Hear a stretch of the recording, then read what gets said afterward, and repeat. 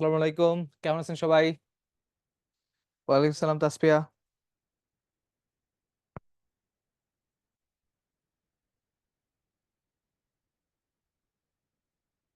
সবাই তাড়াতাড়ি তাড়াতাড়ি চলে আসেন, ইটস ক্লাস টাইম নাও। ওয়ালাইকুম সালাম নুরজাহান, কেমন আছেন ভাইয়া?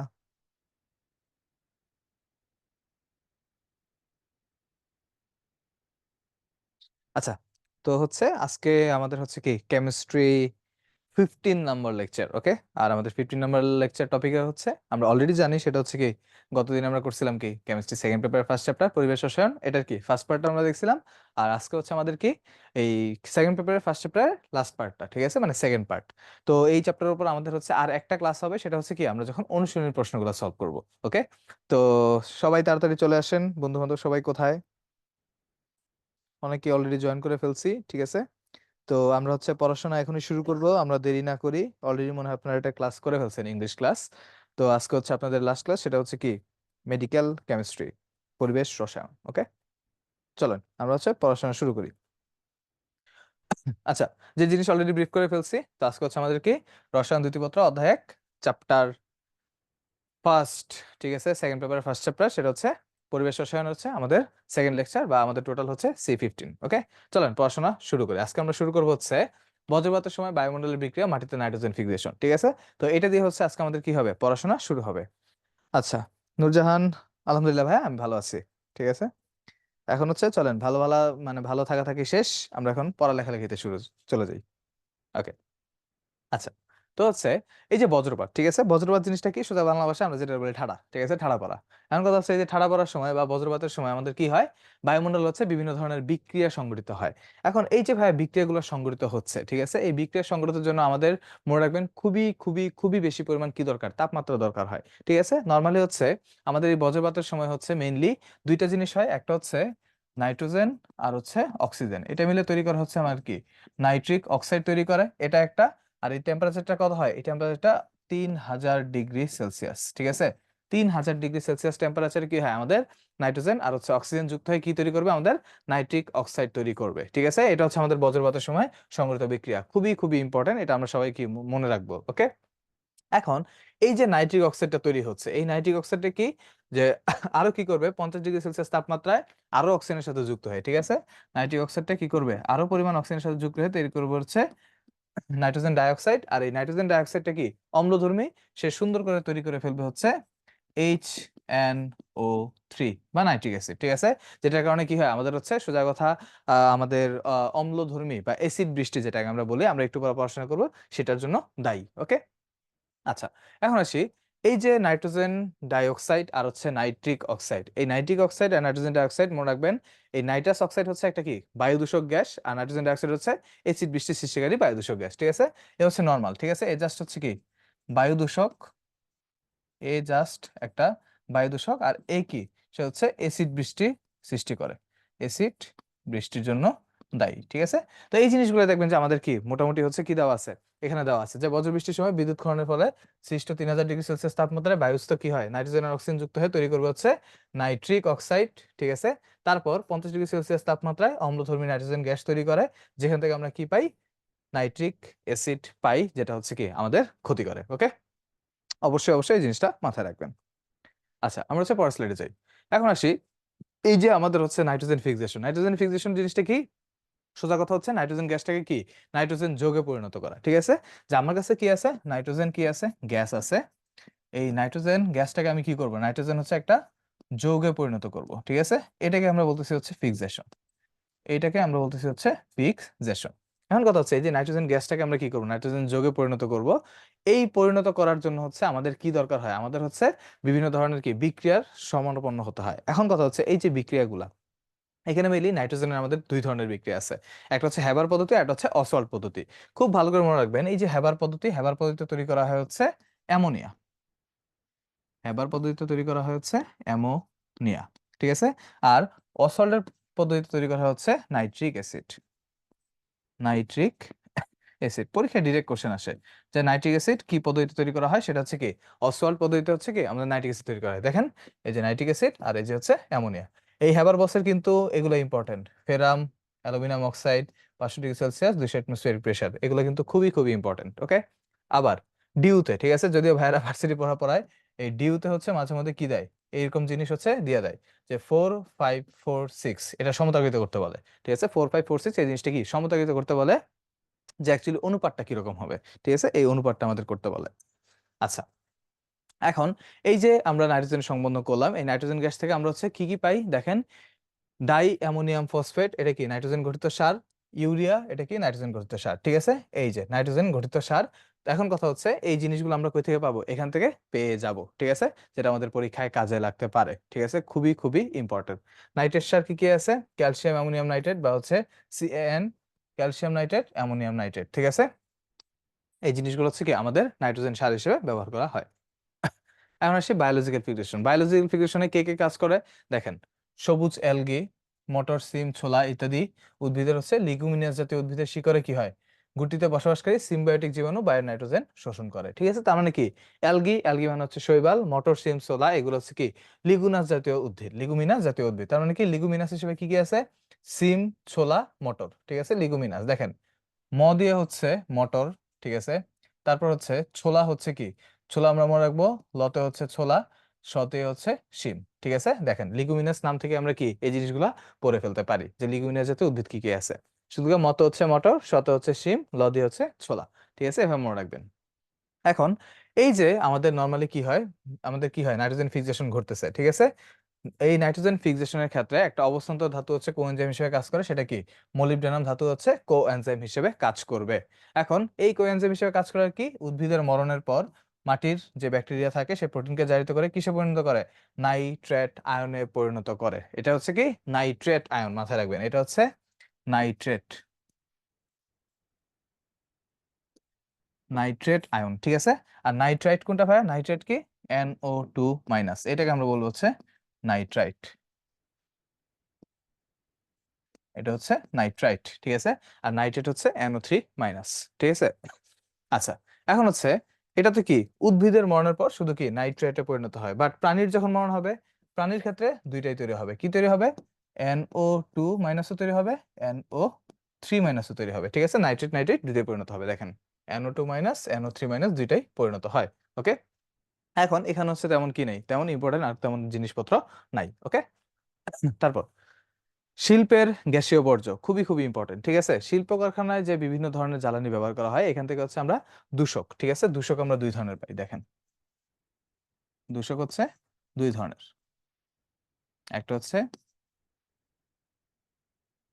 প্রাইমারি, ঠিক আছে, আর একটা হচ্ছে কি সেকেন্ডারি। ঠিক আছে, দূষক হচ্ছে কি আমাদের দুই ধরনের, প্রাইমারি আর সেকেন্ডারি। প্রাইমারি কোনগুলা, ঠিক আছে, যেগুলো হচ্ছে সরাসরি, সরাসরি হচ্ছে কি থাকবে অপরিবর্তিত দূষক, অপরিবর্তিত দূষক। ঠিক আছে, আর সেকেন্ডারি কোনগুলো, সেকেন্ডারি হচ্ছে কি যে নতুন একটা দূষক তৈরি হবে। সেকেন্ডারি হচ্ছে প্রাইমারি থেকে নতুন দূষক তৈরি হয়, প্রাইমারি থেকে কি হয় নতুন দূষক তৈরি হয়, সেগুলোকে আমরা বলবো কি সেকেন্ডারি দূষক। ঠিক আছে, এখন হচ্ছে এই জিনিসটা সুন্দর করে প্রাইমারির ক্ষেত্রে একটা সুন্দর একটা নিমোনিক দিয়ে আমরা পড়বো, সেটা হচ্ছে কাকা নানা।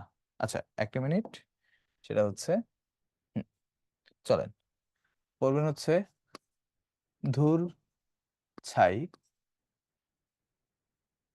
কাকা নানা।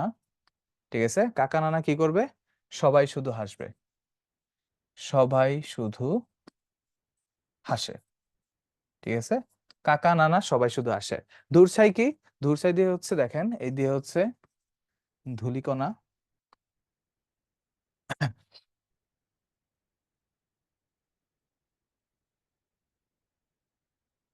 ধূর দিয়ে হচ্ছে ধূলিকণা, সরি ধোঁয়া। ঠিক আছে, ধূলিকণা ধোঁয়া, ধূর দিয়ে হচ্ছে কি ধূলিকণা ধোঁয়া, ছাই দিয়ে তো ছাই। ঠিক আছে, এটা কোনো সমস্যা হওয়ার কথা না। ঠিক আছে, কাকা নানা এটা দিয়ে কোনটা দিয়ে কি বোঝায়, কাকা দিয়ে একটা দিয়ে হচ্ছে কি কার্বন মনোক্সাইড, একটা দিয়ে হচ্ছে কার্বন ডাইঅক্সাইড। ঠিক আছে, নানা দিয়ে কি হবে, নানা দিয়ে হচ্ছে একটা দিয়ে হচ্ছে নাইট্রিক অক্সাইড, আর একটা দিয়ে হচ্ছে আমাদের অ্যামোনিয়া। ঠিক আছে, অ্যামোনিয়া। তারপর আমার কাছে কি হলো, কার্বন মনোক্সাইড গেল, কার্বন ডাইঅক্সাইড গেল, নাইট্রিক অক্সাইড গেল, অ্যামোনিয়া গেল। ঠিক আছে, তারপর হচ্ছে সবাই শুধু কি করবে, সবাই শুধু হচ্ছে হাসবে। সবাই দিয়ে হচ্ছে মনে রাখবেন সালফার ডাইঅক্সাইড, আর হাসি দিয়ে হচ্ছে H2S, ঠিক আছে। হাসি দিয়ে আরেকটা হয়, এটা দিয়ে হাইড্রোকার্বনও হয়, ঠিক আছে। তার মানে দেখেন তো কি কি হইলো, আমাদের হচ্ছে ধূর ছাই কাকা নানা সবাই শুধু হাসে, ঠিক আছে। দেখেন তো খুঁজে পাই কিনা। ধূর ছাই, ধূর দিয়ে হচ্ছে ধূলিকণা, তারপর হচ্ছে আমাদের হচ্ছে ধোঁয়া, ঠিক আছে, এটা গেল। তারপর ছাই দিয়ে হচ্ছে ছাই পাইলাম। কাকা নানা, কার্বন মনোক্সাইড, কার্বন ডাইঅক্সাইড, কি হবে, নানা কই, নাইট্রিক অক্সাইড, অ্যামোনিয়া, ঠিক আছে, সবাই শুধু সালফার ডাইঅক্সাইড হাসে, হাইড্রোজেন সালফাইড আর হচ্ছে কি হাইড্রোকার্বন। তার মানে ধূর ছাই কাকা নানা সবাই শুধু হাসে, ঠিক আছে। তার মানে এটিকে আমরা মনে রাখতে পারবো ভাইয়া? আমার একটু কমেন্টে বলেন তো এটা আমরা সহজে মনে রাখতে পারবো কিনা। এখন কি মনে থাকবে? দেখেন, খুবই সিম্পল ভাবে কিন্তু ভাইয়া বলে দিছি। তার মানে কি, প্রাইমারি দূষক যদি আপনারা সবগুলা জানেন, প্রাইমারি দূষক কি হবে, পরিবর্তিত হয়ে কি তৈরি করবে, নতুন একটা দূষক তৈরি করবে না। তার মানে এই জিনিসগুলাই যখন হচ্ছে কি আরো কোনো মৌল বা যৌগ যুক্ত হবে, তখন কি সে সেকেন্ডারি দূষক তৈরি করবে। ওকে, এখন দেখি যে সেকেন্ডারি দূষক আসলে কিভাবে তৈরি হয়। দেখেন এখানে সালফার ডাইঅক্সাইড আছে, তার মানে এখানে তৈরি হবে হচ্ছে সালফার ট্রাইঅক্সাইড, ঠিক আছে। তারপর ধরেন এই সালফার ট্রাইঅক্সাইডের সাথে আবার কি পানি যুক্ত হয়ে আমার তৈরি করবে হচ্ছে H2SO4, এটা একটা পাইলাম, ঠিক আছে। তারপর আসি আপনার কাছে কার্বন মনোক্সাইড, কার্বন ডাইঅক্সাইড, ঠিক আছে, আমার কাছে নাইট্রিক অক্সাইড আছে। নাইট্রিক অক্সাইড থেকে আমরা আরো দুইটা পাইতে পারি, সেটা হচ্ছে নাইট্রোজেন ডাইঅক্সাইড, ডাইনাইট্রোজেন পেন্টাঅক্সাইড। এগুলো আমরা সেকেন্ডারি দূষক হিসেবে পাইতে পারি, ঠিক আছে, গেল চারটা। তারপর আমরা একটা স্পেশাল পাইতে পারি, সেটা হচ্ছে কি PAN, পার অক্সি অ্যাসাইল নাইট্রেট। এটা হচ্ছে মনে রাখবেন একটা মিশ্র দূষক, খুবই খুবই ইম্পর্টেন্ট, ঠিক আছে। পিএন হচ্ছে একটা মিশ্র দূষক, এটা হচ্ছে কি আমরা এখানে পাই। দেখেন তো এই জিনিসগুলো আছে কিনা, সালফার ডাইঅক্সাইডের জন্য এটা, এটা, নাইট্রিক অক্সাইডের জন্য এটা, এটা, পারঅক্সি অ্যাসাইলনাইট্রেট পেন, ঠিক আছে। তাহলে কি সেকেন্ডারি দূষকগুলো আমরা পাইছি। দেখেন তো ভাইয়া সবাই বুঝছি কিনা, জিনিসটা কিন্তু এখন একটু ইজি ইজি লাগতেছে না। তার মানে কি আমি প্রাইমারি দূষকগুলো মনে রাখলে ইজিলি সেকেন্ডারি গুলো মনে রাখতে পারতেছি। ওকে, সবাই বুঝছি এটা? দেখেন তো।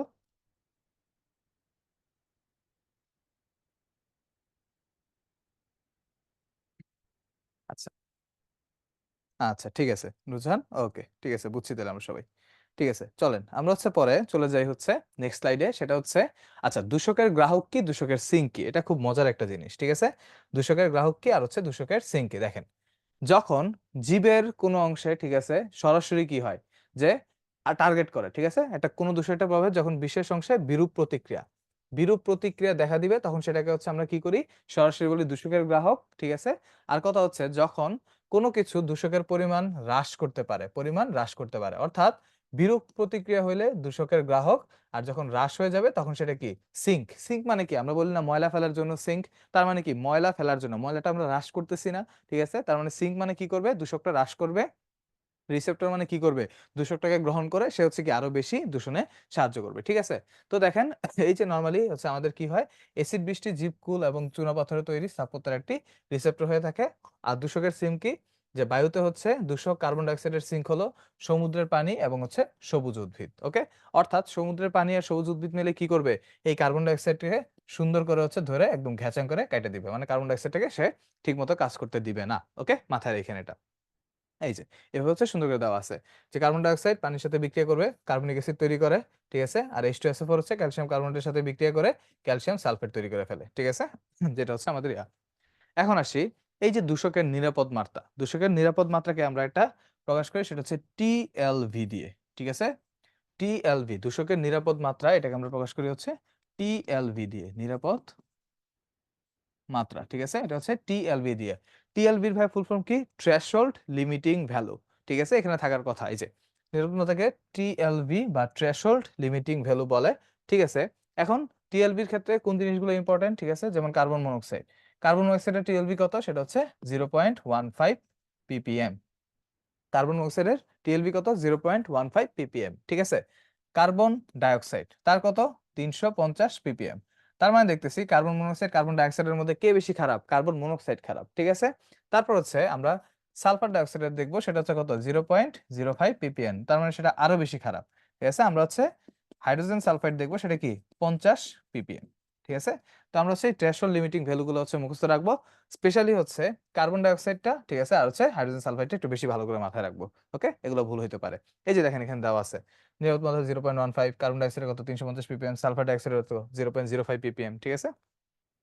এই জিনিসগুলো হচ্ছে মাথায় রাখবো। দেখেন হাইড্রোজেন সালফাইডটা কিন্তু আমি লিখে দিয়েছি 50 ppm, মাথায় রাখেন। আচ্ছা, এখন হচ্ছে এই যে জিনিসগুলা, এখন কথা হচ্ছে বিশ্ব স্বাস্থ্য সংস্থা অনুযায়ী হচ্ছে বায়ুতে ক্ষতিকর হচ্ছে বিভিন্ন ধরনের দিয়ে তো এখানে দিছে। এখন দেখেন এই যে আমাদের কার্বন ডাইঅক্সাইড, কার্বন মনোক্সাইড, ঠিক আছে, উল্টা বললাম, carbon monoxide, carbon dioxide gas, এই গ্যাসগুলা কি বর্ণহীন, গন্ধহীন, ঠিক আছে। তারা কি করে, তারা কোন ধরনের হচ্ছে অসম্পূর্ণ দহনে কি হয়, অসম্পূর্ণ দহনে তৈরি হয় কার্বন মনোক্সাইড, আর সম্পূর্ণ দহনে তৈরি হয় হচ্ছে কার্বন ডাইঅক্সাইড। ওকে, অসম্পূর্ণ দহনে তৈরি হয় হচ্ছে কার্বন মনোক্সাইড, সম্পূর্ণ দহনে তৈরি হয় হচ্ছে কার্বন ডাইঅক্সাইড, ঠিক আছে। এখন এই যে আমাদের তৈরি হচ্ছে, ঠিক আছে, এখানে দেখেন সুন্দর করে হচ্ছে বিভিন্ন জিনিসের হচ্ছে থ্রেশহোল্ড লিমিটিং ভ্যালু দেওয়া আছে, জিনিসটা হচ্ছে একটু মাথায় রাখেন। তারপর এই যে কার্বন ডাই মনোক্সাইড, এটা হচ্ছে কি নীরব ঘাতক। কেন আমরা নীরব ঘাতক বলি, কারণ এই কার্বন মনোক্সাইড কি করবে, আমাদের হচ্ছে যে হিমোগ্লোবিন থাকে না, এই হিমোগ্লোবিন যৌগ, অক্সি হিমোগ্লোবিন যে যৌগ আছে সেটার সাথে বিক্রিয়া করে কি করবে, অক্সিজেনকে সে আলাদা করে দিবে। অক্সিজেনকে নাই করে সে হচ্ছে কার্বামিনো হিমোগ্লোবিন তৈরি করে ফেলে, ঠিক আছে, কার্বক্সি হিমোগ্লোবিন। এই যে সে হচ্ছে কি করে, অক্সি হিমোগ্লোবিন ভেঙে কার্বক্সি হিমোগ্লোবিন তৈরি করে ফেলে, যেটা হচ্ছে কি আমাদের জন্য ক্ষতিকর, ঠিক আছে। আর এই অক্সিজেনটাকে সে কি করে দেয়, নাই করে দেয়। ওকে, তো সেজন্য হচ্ছে আমাদের কি হয়, আলটিমেটলি হচ্ছে অক্সিজেনের অভাবে মাথা ধরা, ঝিমুনি, পরে বেশি কার্বন ডাই অক্সাইড হলে মৃত্যু ঘটে। ওকে, আচ্ছা, তারপর হচ্ছে আমরা যাই sulphur dioxide, sulphur dioxide gas, তারাও কি বর্ণহীন, কিন্তু তারা কি না, গন্ধহীন না, অম্লীয় গন্ধযুক্ত, খুবই খুবই ইম্পর্টেন্ট, অম্লীয় গন্ধযুক্ত, ঠিক আছে। তারা কি করবে, এই যে নর্মালি হচ্ছে আমরা কি শিল্প কারখানার প্রাকৃতিক গ্যাস খনিজ তেল থেকে কি পাই, সালফার ডাইঅক্সাইড, সালফার ডাইঅক্সাইড পাই, ঠিক আছে, এই জিনিসটা মাথায় রাখবেন। তারপর এই যে ম্যানুফ্যাকচারিং প্ল্যান্ট, ঠিক আছে, এইসব থেকেও কি আমরা বিভিন্ন ধরনের সালফাইড গ্যাস পেয়ে থাকি। এখন ধাতুর সালফাইড আকরিক থেকে, খুবই খুবই ইম্পর্টেন্ট এই জিনিসটা দেখেন, ধাতুর সালফাইড আকরিক থেকে আমরা জিঙ্ক, কপার, লেড, ঠিক আছে, এই ধাতু নিষ্কাশন প্ল্যান্ট হচ্ছে আমরা পেয়ে থাকি, ঠিক আছে। এখন নাইট্রাস অক্সাইড, নাইট্রোজেন ডাইঅক্সাইড, এটা কি বর্ণহীন নিরপেক্ষ গ্যাস, ঠিক আছে। আর নাইট্রোজেন ডাইঅক্সাইড হচ্ছে বাদামি অম্লীয় গ্যাস, ঠিক আছে। তো এখন এই জিনিসগুলো থেকে আমরা একটা জিনিস বলতে পারি না, দেখেন তো, কার্বন মনোক্সাইড, কার্বন ডাইঅক্সাইড ছিল, কার্বন মনোক্সাইড আর হচ্ছে কার্বন ডাইঅক্সাইড, তারা কি ছিল, বর্ণহীন,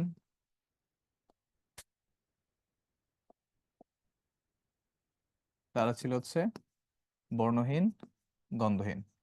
মনে করার চেষ্টা করেন তো, মনে আছে কিনা, কার্বন মনোক্সাইড, কার্বন ডাইঅক্সাইড এটা কি করে, বর্ণহীন, গন্ধহীন, ঠিক আছে। তারপর আমাদের কি ছিল, তারপর আমাদের ছিল হচ্ছে সালফার ডাইঅক্সাইড আর হচ্ছে কি সালফার ট্রাইঅক্সাইড, ঠিক আছে, এরা কি ছিল,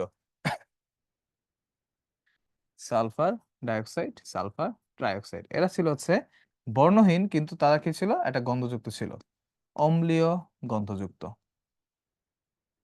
অম্লীয় গন্ধযুক্ত, ঠিক আছে। তারপর আমার কাছে আর কি আছে, বাকি আছে শুধু হচ্ছে নাইট্রিক অক্সাইড, নাইট্রোজেন ডাইঅক্সাইড, তারা কি ছিল, তারা ছিল হচ্ছে বর্ণহীন সেম আগের মতো, এবং তারা হচ্ছে একটা নিরপেক্ষ গ্যাস, ঠিক আছে।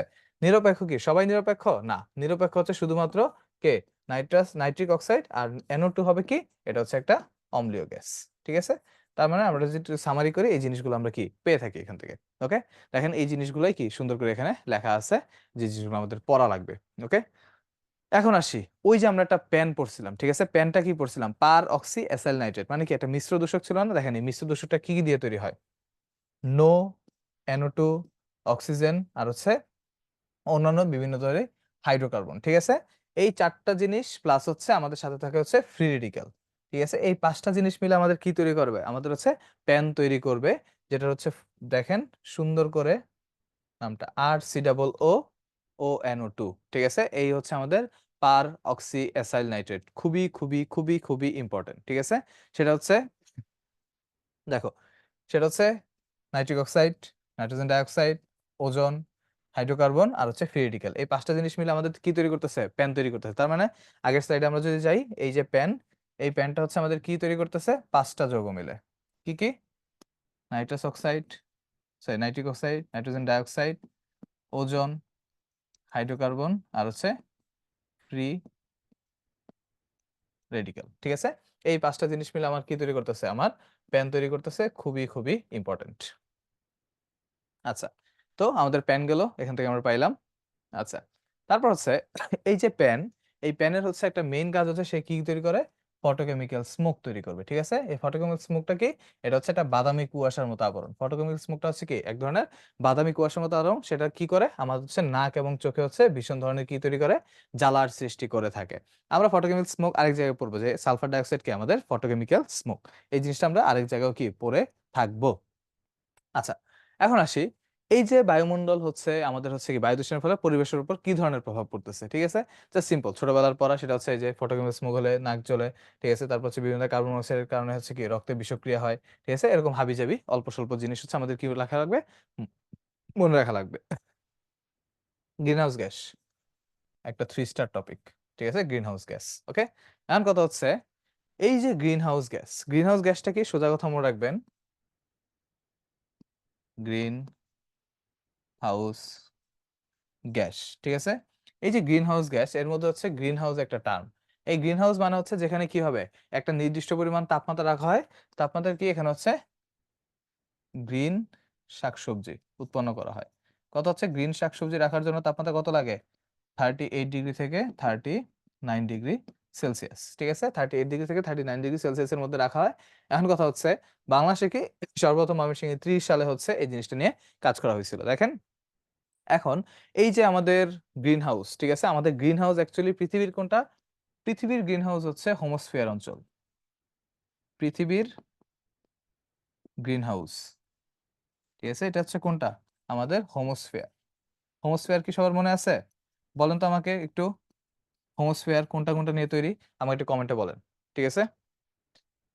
আমাকে একটু কমেন্টে বলেন যে পৃথিবীর যে হোমোস্ফিয়ার আমরা পড়ছিলাম, হোমোস্ফিয়ার কি জিনিস? কোনটা কোনটা নিয়ে হোমোস্ফিয়ার তৈরি? একটু কমেন্টে আমাকে জানাই দেন।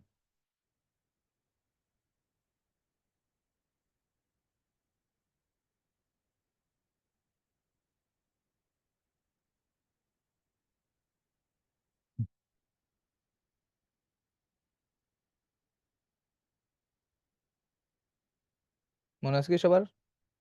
না। তাছাড়া আমি হচ্ছে গ্যাসের কথা বলি নাই। হোমোস্ফিয়ার হচ্ছে ওই যে আমরা স্ফিয়ার পড়ছিলাম না? Troposphere, stratosphere, mesosphere, ionosphere. কোন, কোন স্ফিয়ার মিলে হচ্ছে আমাদের এই হোমোস্ফিয়ারটা তৈরি হয়? মনে আছে কি? মনে আছে কি আমাদের?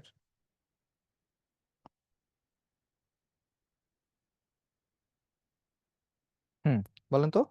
যদি মনে থাকে একটু বলেন যে কি হবে আনসারটা?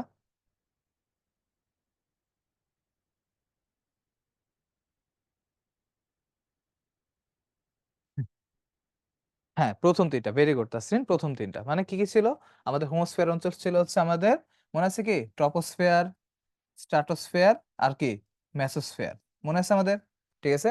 ট্রপোস্ফিয়ার, স্ট্র্যাটোস্ফিয়ার আর হচ্ছে কি? মেসোস্ফিয়ার। ওকে? তাই কি নাকি আমি ভুল বলছি বলেন তো? ঠিকই আছে। ওকে? চলেন। তো এই যে হোমোস্ফিয়ার অঞ্চল সেটাখানে কি আমাদের গ্রিন হাউস ইফেক্টটা থাকে মেইনলি। এখন আসেন এই যে আমাদের পৃথিবীর গড় তাপমাত্রা, ঠিক আছে? পৃথিবীর গড় তাপমাত্রা হচ্ছে নরমালি আমরা এখন জানি পৃথিবীর হচ্ছে গড় তাপমাত্রা হচ্ছে কত? ১৫ ডিগ্রি সেলসিয়াসের কাছাকাছি। এই জিনিসটা আমরা সবাই জানি। সবাই কম বেশি জানি গড় তাপমাত্রা ১৫ ডিগ্রি সেলসিয়াসের কাছাকাছি। যদি হচ্ছে গ্রিন হাউস ইফেক্ট না থাকতো, গ্রিন হাউস ইফেক্ট না থাকলে কি হইতো? -30 ডিগ্রি সেলসিয়াস হয়ে যেত। ঠিক আছে? তখন কি আমাদের সম্ভব থাকতো বেঁচে থাকা? আমাদের কোনোভাবেই সম্ভব হইতো না। ঠিক আছে? তো সেজন্য হচ্ছে আমাদের গ্রিন হাউস ইফেক্টটা থাকা খুবই, খুবই জরুরি। ওকে? এখন এই যে গ্রিন হাউস গ্যাস, ঠিক আছে? এই গ্রিন হাউস গ্যাস হচ্ছে নরমালি হচ্ছে আমাদের কি করে যে কোন, কোন গ্যাস নিয়ে হচ্ছে আমাদের গ্রিন হাউস গ্যাস তৈরি হয়? আমরা দেখব একটু পরে যে কার্বন ডাই অক্সাইড থাকে, কার্বন মনোক্সাইড থাকে, সিএফসি থাকে, ঠিক আছে? এরকম গ্যাসগুলো হচ্ছে আমাদের গ্রিন হাউস গ্যাস হিসেবে কাজ করে। বাট আমাদের যে নরমালি নাইট্রোজেন, অক্সিজেন, হাইড্রোজেন এরা কি না? নেভার এভার তারা গ্রিন হাউস গ্যাস নয়। গ্রিন হাউস গ্যাস না। গ্রিন হাউস গ্যাস নয়। ঠিক আছে? এই নাইট্রোজেন, অক্সিজেন, হাইড্রোজেন এরা কি না? কখনোই, কখনোই গ্রিন হাউস গ্যাস না। এখানে থাকার কথা। ঠিক আছে? এই যে নাইট্রোজেন, হাইড্রোজেন, অক্সিজেন এরা গ্রিন হাউস গ্যাসের প্রভাব নেই। ঠিক আছে? আর CO2 গ্যাসকে প্রধান গ্রিনহাউস গ্যাস বলা হয়। দেখেন তো কত সালে আসছে? ১৯-২০ সালে। মানে কে পরীক্ষা দিছে? শান্ত ভাই পরীক্ষা দিছে। ঠিক আছে? তো এটা হচ্ছে আমাদের পরীক্ষায় আসছিল। তো এই জিনিসটা হচ্ছে অবশ্যই, অবশ্যই আমরা কি রাখবো? মনে রাখবো যে প্রধান গ্রিনহাউস গ্যাস এখানে কাহিনী আছে। ঠিক আছে? একটু পরে একটা কাহিনী দেখব। সেটা হচ্ছে একটা হচ্ছে প্রধান গ্রিনহাউস গ্যাস কোনটা? আরেকটা হচ্ছে কোনটির প্রভাব বেশি? ঠিক আছে? এরকম একটা কোয়েশ্চেন আসবে আমাদের। ঠিক আছে? আচ্ছা, এখানে হচ্ছে ছোটখাটো কিছু জিনিসপত্র আছে যে বর্তমান পৃথিবীর গড় তাপমাত্রা হচ্ছে ১৫ ডিগ্রি সেলসিয়াস ধরা হয়। ঠিক আছে? আস্তে, আস্তে গ্লোবাল ওয়ার্মিং যত বাড়বে তত আমাদের কি হবে? যে গড় তাপমাত্রা বাড়তে থাকবে। এই যে এটা একদম ইনফিনিটি স্টার। ইনফিনিটি স্টার দিব আমরা। ঠিক আছে? কারণ কি? এখান থেকে পরীক্ষায় কোয়েশ্চেন আসে। দেখেন এটা হচ্ছে CO2 হচ্ছে প্রধান গ্রিনহাউস গ্যাস।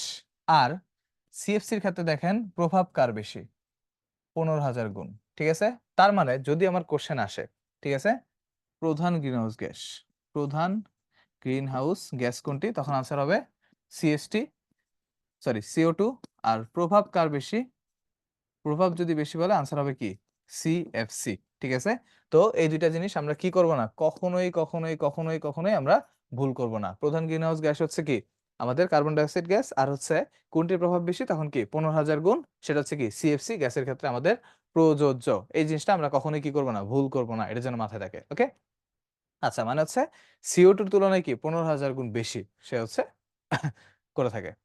আচ্ছা, এই যে বায়ুমণ্ডলে উপস্থিত গ্রিনহাউস গ্যাসগুলোর মধ্যে কার্বন ডাইঅক্সাইডের পরিমাণ সবচেয়ে বেশি। ঠিক আছে, পরিমাণ সবচেয়ে বেশি প্লাস কিন্তু প্রভাব কার বেশি, সিএফসির প্রভাবটা সবচেয়ে বেশি। সিএফসির ফুল ফর্ম কি, ক্লোরোফ্লোরোকার্বন। ওকে, আচ্ছা, এখানে হচ্ছে হাবিজাবি কিছু কথাবার্তা আছে, আমাদের এত বেশি ইম্পর্টেন্ট কিছু নাই। তো এটা হচ্ছে আমরা জাস্ট জেনে রাখবো 2050 সালের মধ্যে আমাদের এস্টিমেট করতেছি তাপমাত্রা কি গড় 3 ডিগ্রি সেলসিয়াস হচ্ছে বৃদ্ধি পাবে। এই জিনিসটা হচ্ছে আমরা এস্টিমেট করতে পারতেছি। ওকে, আচ্ছা, এখন এই যে সিএফসি, সিএফসি হচ্ছে ঠিক করার জন্য, নিয়ন্ত্রণ করার জন্য আমাদের হচ্ছে কানাডার মন্ট্রিলে, কানাডার মন্ট্রিয়ালে হচ্ছে আমাদের কি হয়, একটা মন্ট্রিল প্রোটোকল হয়, যেটা হচ্ছে সিএফসি উৎপাদনের ব্যবহার কি হয়, সম্পূর্ণ নিষিদ্ধ করা হয়। দেখেন, মন্ট্রিয়াল প্রোটোকল অনুসারে উন্নত দেশসমূহ হচ্ছে সিএফসি উৎপাদন ব্যবহার 2010 সালের মধ্যে সম্পূর্ণ নিষিদ্ধ করা হয়। ঠিক আছে, কিন্তু তাও আমরা কি করি, সিএফসি সময়ের ব্যবহার আছে, কোথায় আছে দেখেন, এই যে সারাদিন এসি চলতেছে, রেফ্রিজারেটর চলতেছে, ফ্রিজ, হিমায়ক যন্ত্র চলতেছে। ঠিক আছে, এগুলো কি তরল রূপে হচ্ছে আমরা কি করি, সিএফসি ব্যবহার করি। এছাড়াও তরল প্রসাধনী, ঠিক আছে, স্প্রে, ঠিক আছে, তরল রূপে ফোম শিল্পে, ড্রাই ক্লিনার রূপে আমরা কি করি, সিএফসি গ্যাসসমূহ কন্টিনিউয়াসলি ব্যবহার করতেছি, যার ফলস্বরূপ কি পৃথিবীর তাপমাত্রা বৃদ্ধি পাচ্ছে। ওকে, মাথায় রেখে, আচ্ছা, তারপর হচ্ছে নাইট্রাস অক্সাইড গ্যাস। এই যে নাইট্রাস অক্সাইড গ্যাস, ঠিক আছে, নাইট্রাস অক্সাইড গ্যাসের ক্ষেত্রে দেখেন বর্তমানে গ্লোবাল ওয়ার্মিং যদিও করতেছে কে, মেইনলি হচ্ছে কার্বন ডাইঅক্সাইড, কিন্তু তারও কি মোটামুটি 5% ভূমিকা আছে নাইট্রাস অক্সাইডের। তো এই জিনিসটা হচ্ছে অবশ্যই অবশ্যই পরিমাণ আমাদের অবশ্যই অবশ্যই মাথায় রাখতে হবে। দেখেন একটা জিনিস, 2050-এর মধ্যে তাপমাত্রা বৃদ্ধি পাবে 3 ডিগ্রি সেলসিয়াস বাড়বে। ঠিক আছে, কিন্তু বিগত 50 বছরে, বিগত 50 বছরে কতটুকু বাড়ছে, সেটা হচ্ছে 0.6 ডিগ্রি সেলসিয়াস। ঠিক আছে, তার মানে ঝামেলা করলে চলবে না, 2050-এ হবে 3 ডিগ্রি বাড়বে, বিগত 50-এ কত হবে, 0.6 ডিগ্রি বাড়ছে। ঠিক আছে, তো দুইটার মধ্যে ঝামেলা করবেন না। দেখেন, এই যে বিগত 50 বছরে হারে হচ্ছে কি হয়েছে, বা তাপমাত্রা বৃদ্ধি পাইতে থাকছে। বর্তমানে গ্লোবাল ওয়ার্মিং মূল কারণ হচ্ছে কার্বন ডাইঅক্সাইড গ্যাস। ঠিক আছে, এই জিনিসটা অবশ্যই অবশ্যই মাথায় রাখবো আমরা। তারপর এখানে তেমন ইম্পর্টেন্ট কিছুই নাই, জাস্ট হচ্ছে ধরেন 97 থেকে হচ্ছে 99 পর্যন্ত কি হয়েছে, সোজা কথা মনে রাখবেন, এই যে 97, 1997 থেকে 1999, এই যে 3টা বছর, ঠিক আছে, 3টা বছর কি হয়েছে, মনে রাখবেন পৃথিবীর ইতিহাসে উষ্ণতম বছর। ঠিক আছে, হটেস্ট ইয়ার। ঠিক আছে, 1997 থেকে 1999, এই 3টা বছর হচ্ছে কি হয়েছে, আমাদের পৃথিবীর ইতিহাসে সবচেয়ে বেশি তাপমাত্রা ছিল। ঠিক আছে, এই জিনিসটা আমরা অবশ্যই অবশ্যই মাথায় রাখবো। আচ্ছা, এখন এখানে হচ্ছে তেমন বেশি ইম্পর্টেন্ট কিছুই নেই, just we can skip this. Okay, already পড়ে ফেলছি, কারণ হচ্ছে এই যে CO2 বৃদ্ধি পেলে 15 ডিগ্রি সেলসিয়াস থেকে 2050 সালে বৃদ্ধি পেয়ে কত হবে, 18 ডিগ্রি সেলসিয়াস হবে, আমরা একটু আগে পড়লাম এটা। ওকে, আচ্ছা, এখন এই যে আমাদের হচ্ছে কি মোটামুটি হচ্ছে গ্রিনহাউস গ্যাসের জন্য আমাদের কি কি গ্যাস আছে, এখন যদি আমি হচ্ছে একটু আগের স্লাইডটাতে যাই, সেটা হচ্ছে দেখেন গ্রিনহাউস গ্যাস হিসেবে কি কি আছে, carbon dioxide, methane, CFC, ozone, nitrogen dioxide, nitrous oxide, জলীয় বাষ্প। ঠিক আছে, তার মানে হচ্ছে কি আছে আমার কাছে, এই জিনিসটা হচ্ছে অবশ্যই অবশ্যই মাথায় রাখতে হবে যে আমার এই জিনিসটা কিভাবে হয়। এটা মনে রাখার একটা উপায় আছে, সেটা হচ্ছে যে এই গ্রিনহাউস গ্যাস মনে রাখার উপায় কি,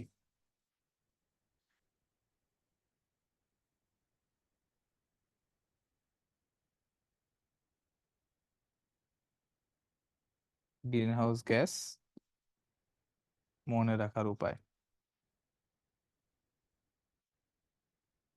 কিভাবে মনে রাখবো, সেটা হচ্ছে কাকাত্ব বন, কাকাত্ব বন। ঠিক আছে, কাকাত্ব বন ভাই মানে কি, কাকাত্ব বন মানে হচ্ছে first of all carbon dioxide, CFC, এই দিয়ে হচ্ছে আমরা এটা মনে রাখবো, সেটা হচ্ছে কি আমাদের নরমাল থাকে হচ্ছে CH4 বা হচ্ছে মিথেন, বি দিয়ে হচ্ছে বাষ্প, ও দিয়ে হচ্ছে কি আমাদের ওজোন গ্যাস, আর এন দিয়ে হচ্ছে N2O বা নাইট্রাস অক্সাইড। ঠিক আছে, দেখেন তো কাকাত্ব বন দিয়ে আমরা গ্রিনহাউস গ্যাস মনে রাখতে পারি কিনা, কাকাত্ব বন সবাই বুঝছি। বুঝছি সবাই? আচ্ছা সাবরিনা, আপনার কোশ্চেন হচ্ছে কত ডিগ্রি ছিল? ভাইয়া কি কত ডিগ্রি ছিল আমাকে একটু কোশ্চেনটা যদি একটু স্পেসিফিক্যালি বলতে পারতেন তাহলে হচ্ছে আমার জন্য সুবিধা হতো। ঠিক আছে, একটু কোশ্চেনটা স্পেসিফিক্যালি বললেন।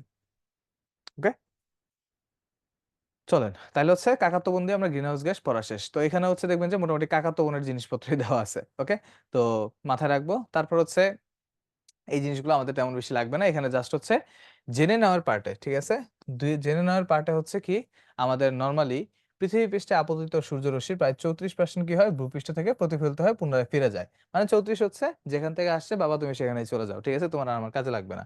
বায়ুমণ্ডল কর্তৃক স্থলভাগ কর্তৃক শোষিত হয় হচ্ছে 42% শোষিত হয়। ঠিক আছে, তারপর এই মোটামুটি জলরাশিকে বাষ্পীভূত করবে, পানি চক্র কমপ্লিট করবে, সেটাতে হচ্ছে 23% কি হয় আমাদের ব্যবহৃত হয়। ঠিক আছে, এই জিনিসটা অবশ্যই অবশ্যই মাথায় রাখবেন। এই জিনিসটা সালোক সংশ্লেষণে কতটুকু ব্যবহৃত হয় ইম্পর্টেন্ট।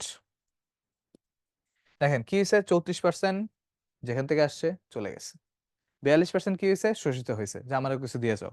ঠিক আছে, 23% কি হয়েছে এই আমাদের বিভিন্ন চক্র টক্র বাষ্প টাষ্প করতে ব্যবহৃত হয়েছে। সালোক সংশ্লেষণের মাত্র কতটুকু ব্যবহৃত হয়েছে, 0.023%। ঠিক আছে, খুবই অল্প পরিমাণ। ওকে, এটা হচ্ছে আমরা মাথায় রাখবো। আচ্ছা, এখন আসি এই যে সিএফসি ব্যবহার। ঠিক আছে, ওজোন স্তর ক্ষয়।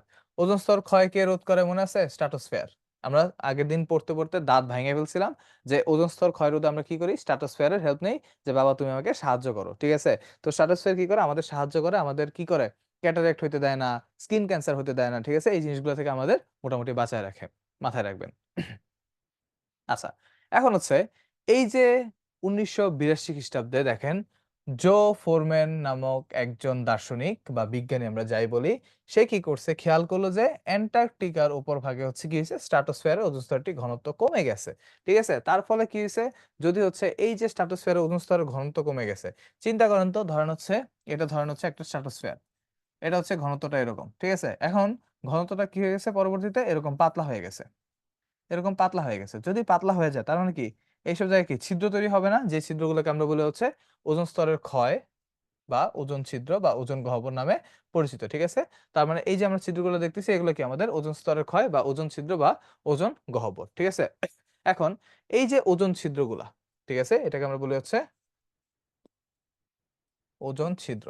এখন ওজোন ছিদ্রের এককটা কি, ওজোন ছিদ্র হচ্ছে আমরা কি এককে প্রকাশ করি, এটা হচ্ছে ডপসন এককে প্রকাশ করি। এই যে ওজোন ছিদ্র মান ডপসন এককে প্রকাশ করা হয়। ঠিক আছে, এক বায়ুমণ্ডলীয় চাপে যখন 0.01 মিলিমিটার পুরো ওজোন স্তর ক্ষতিগ্রস্ত হবে তখন সেটাকে আমরা বলবো হচ্ছে 1 ডপসন একক। ঠিক আছে, তো মনে রাখবেন নাতিশীতোষ্ণ অক্ষাংশ অঞ্চলের বায়ুমণ্ডল অবস্থানের স্বাভাবিক ঘনত্ব কত, 350 ডপসন ইউনিট।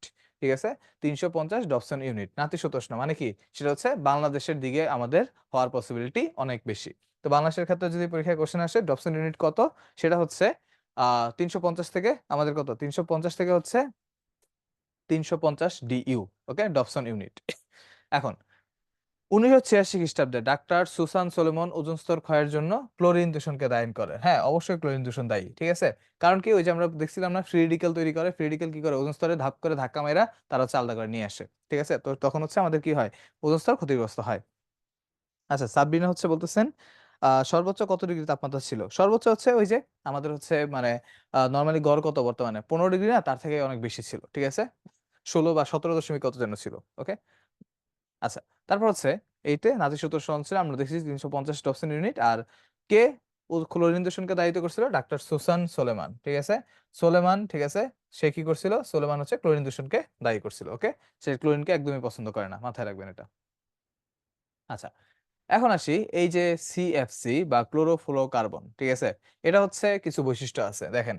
সিএফসি যোগ কি হয়, নিষ্ক্রিয় হয়, অদাহ্য হয়, গ্যাসীয় হয়। ঠিক আছে, তার মানে সিএফসির বৈশিষ্ট্য তিনটা, নিষ্ক্রিয়, অদাহ্য, গ্যাসীয়। ঠিক আছে, তারা কই ছড়িয়ে পড়তে পারে সহজে, কি আমাদের ট্রপোস্ফিয়ারে ছড়ায় যায়। ওকে, এখন এই যে ক্লোরিন, এই যে ক্লোরিনকে দূষণ করছে দায়ী কেন, এই যে দেখেন ক্লোরিন কি করে একটা একটা করে ফ্রি রেডিক্যাল তৈরি করবে, ফ্রি রেডিক্যাল তৈরি গিয়ে হচ্ছে আমাদের আমাদের ওজোন স্তরকে আস্তে আস্তে ভেঙে দিবে। এই যে এই জায়গার মধ্যে সে যাবে, সুন্দর করে ভেঙে কি তৈরি করলো, আমাদের হচ্ছে এই জিনিসটা তৈরি করলো, সেখান থেকে কি ওজোন স্তর আমাদের ক্ষতিগ্রস্ত হলো।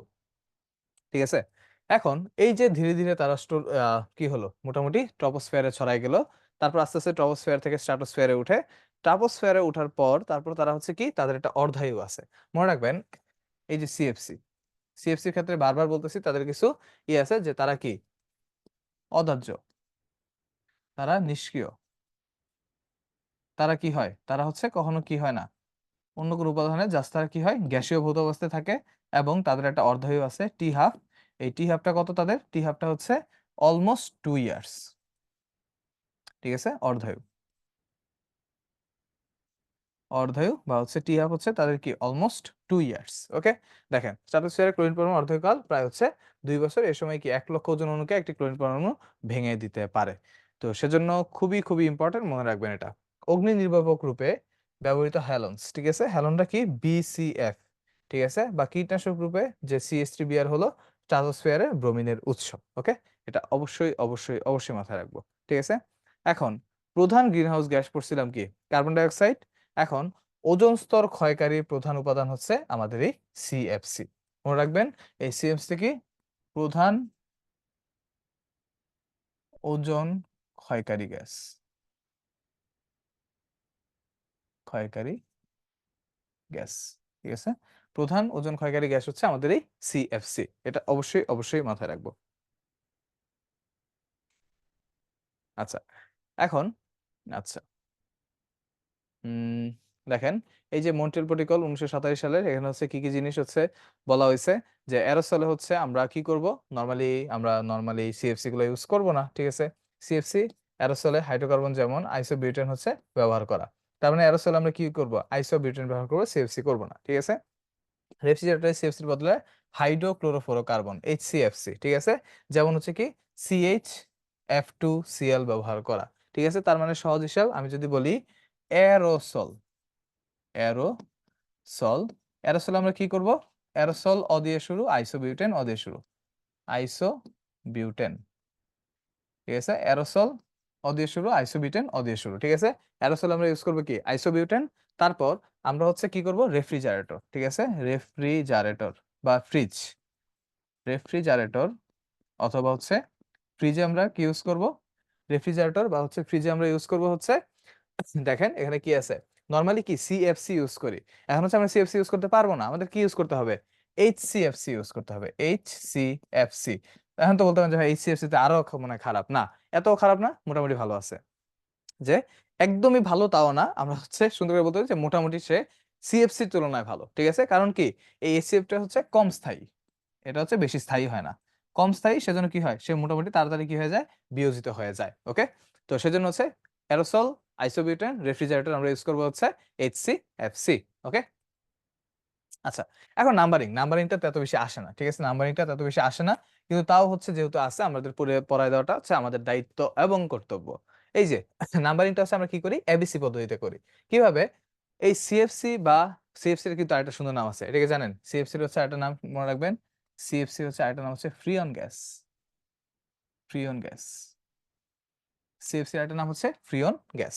এখন দেখেন এটা হচ্ছে কিভাবে করা হয়, ধরেন হচ্ছে আপনাকে একটা বললো যে CFCl থেকে হচ্ছে ফ্রিয়ন 11 বলা হয়। এখন কথা হচ্ছে ফ্রিয়ন 11 কই, CFCl3 আর কোথায় হচ্ছে ফ্রিয়ন 11, কেমনে কিসের সাথে ভাই কি মিলাইলো।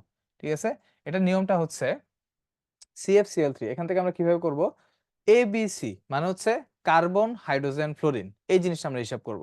হিসাবটা কিভাবে, কার্বনের সংখ্যা মাইনাস করব, হাইড্রোজেনের সংখ্যা প্লাস করব, ফ্লোরিনের সংখ্যা যা আছে তাই। ঠিক আছে, যেমন কার্বন হাইড্রোজেন ফ্লোরিন ABC, ঠিক আছে, কাহিনী হবে হচ্ছে C-1H+1F, এরকম ভাবে থাকবে, C-1H+1F, যেমন CFCl3। এখানে হচ্ছে কয়টা আছে, সি কয়টা আছে, একটা, তার মানে হচ্ছে এটার ক্ষেত্রে হচ্ছে আমার 0। তারপর এইচ এর ক্ষেত্রে আছে কয়টা, একটাও আছে নাই, তার মানে 1। ফ্লোরিন কয়টা আছে, একটা, তাহলে কি আমি পাইলাম ফ্রিয়ন 11। ঠিক আছে, এই দেখেন CFCl3 আলটিমেটলি আনসার কি হয়েছে, ফ্রিয়ন 11। আমরা কি বুঝতে পারছি তাহলে, এখন CFCl3 কে আমরা বলতেছি হচ্ছে ফ্রিয়ন 11 বা CFC 11। ঠিক আছে, এখন আপনারা তাহলে ওই যে এই যে এটা, ঠিক আছে, এটা আমার একটু বের করে দেখান তো, CHF2Cl, ঠিক আছে, CHF2Cl, এটার নাম কি হবে বলুন তো, আমার একটু বলেন। CHF2Cl এটার হচ্ছে নামকরণটা কি হবে, নামটা কি হবে বলেন, করে দেখান, জাস্ট উত্তরে বলে দেন কি হবে, দেখি আমরা পারি কিনা।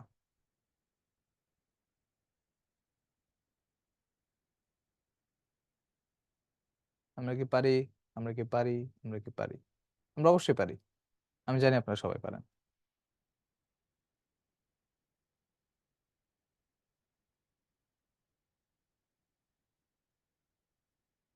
নুরজাহান বলতেছে HCFC 22। হইতে পারে, নাও হইতে পারে, আমরা দেখব। হইতে পারে, নাও হইতে পারে। চেঞ্জ করে দিই, কারণ এখানে উত্তর আছে।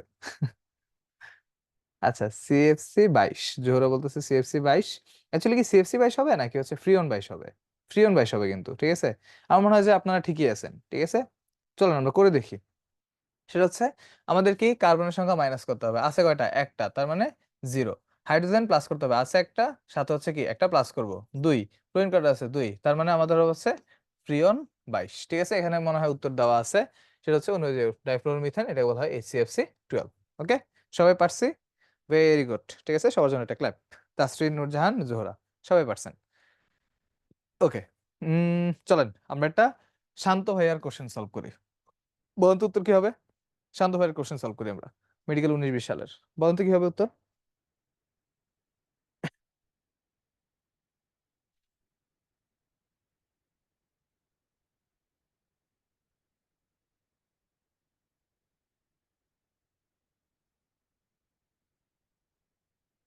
গুড। আরমান অলরেডি সঠিক উত্তর দিয়ে দিছে, সুরায়াও সঠিক উত্তর দিয়ে দিছে। আনসার হচ্ছে কি এ। ওকে, কিভাবে? সোজা কথা, আমরা ওই যে দেখি না ফায়ার এক্সটিংগুইশার, আমাদের যে ফায়ার এক্সটিংগুইশার থাকে, ঠিক আছে। ফায়ার এক্সটিংগুইশার আমরা কি ইউজ করি? কার্বন ডাইঅক্সাইড ইউজ করি, ঠিক আছে। তো যেহেতু আগুন প্রশমিত করার জন্য কি ব্যবহার করা হয়, কোন গ্যাস ব্যবহার করা হয়? আনসার হচ্ছে কার্বন ডাইঅক্সাইড। ভাই এটা পারছিলেন? হ্যাঁ পারছিলাম। আচ্ছা, সুরাইয়া, গোলাম মুর্শিদ অপু, নূরজাহান, এই তো সবাই সুন্দর করে সঠিক উত্তর দিচ্ছেন, ভেরি গুড। ওকে, চলো আমরা পরের কোশ্চেন চলে যাই। আচ্ছা, নিম্নের কোন আপত্তি হ্যাজার্ড পৃথিবীতে মানুষের মৃত্যুর প্রধান কারণ? দেখেন তো, অবশ্যই এখানে কি সড়ক দুর্ঘটনা হইতে পারে, ঠিক আছে, বাট এত বেশি কমন না। তামাক, মাদক দ্রব্য, ঠিক আছে, মানুষের ক্ষতি করতেছে, সামাজিক ক্ষতি, বাট এত কিন্তু মৃত্যুর কারণ না। ক্যান্সার, খুব অল্প পরিমাণ মানুষ মারা যায়, কিন্তু হইলে এর কি মরণ ঘাতী, ঠিক আছে। বায়ু দূষণ দেখেন, পৃথিবীব্যাপী, ঠিক আছে, পৃথিবীতে, পুরো পৃথিবীতে এই জিনিসটাই ছড়ায় আছে, ঠিক আছে। তার মানে আনসার কি হবে? সি, বায়ু দূষণ। ওকে, তো এই জিনিসটা হচ্ছে আমরা অবশ্যই হয়তো বা পারছি। এই তো তাসরিন, নূরজাহান অলরেডি সুন্দর করে সঠিক উত্তর দিয়ে দিছেন। তারপর নিচের কোনটি প্রধান গ্রিনহাউস গ্যাস? কুইক, এই যে বলছিলাম যে ভাইয়ার কোশ্চেন পরীক্ষা আসছিল, মনে আছে? দেখছেন, বলছিলাম।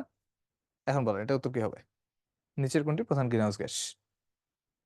কুইকি কুইকি, তাড়াতাড়ি বলে ফেলেন।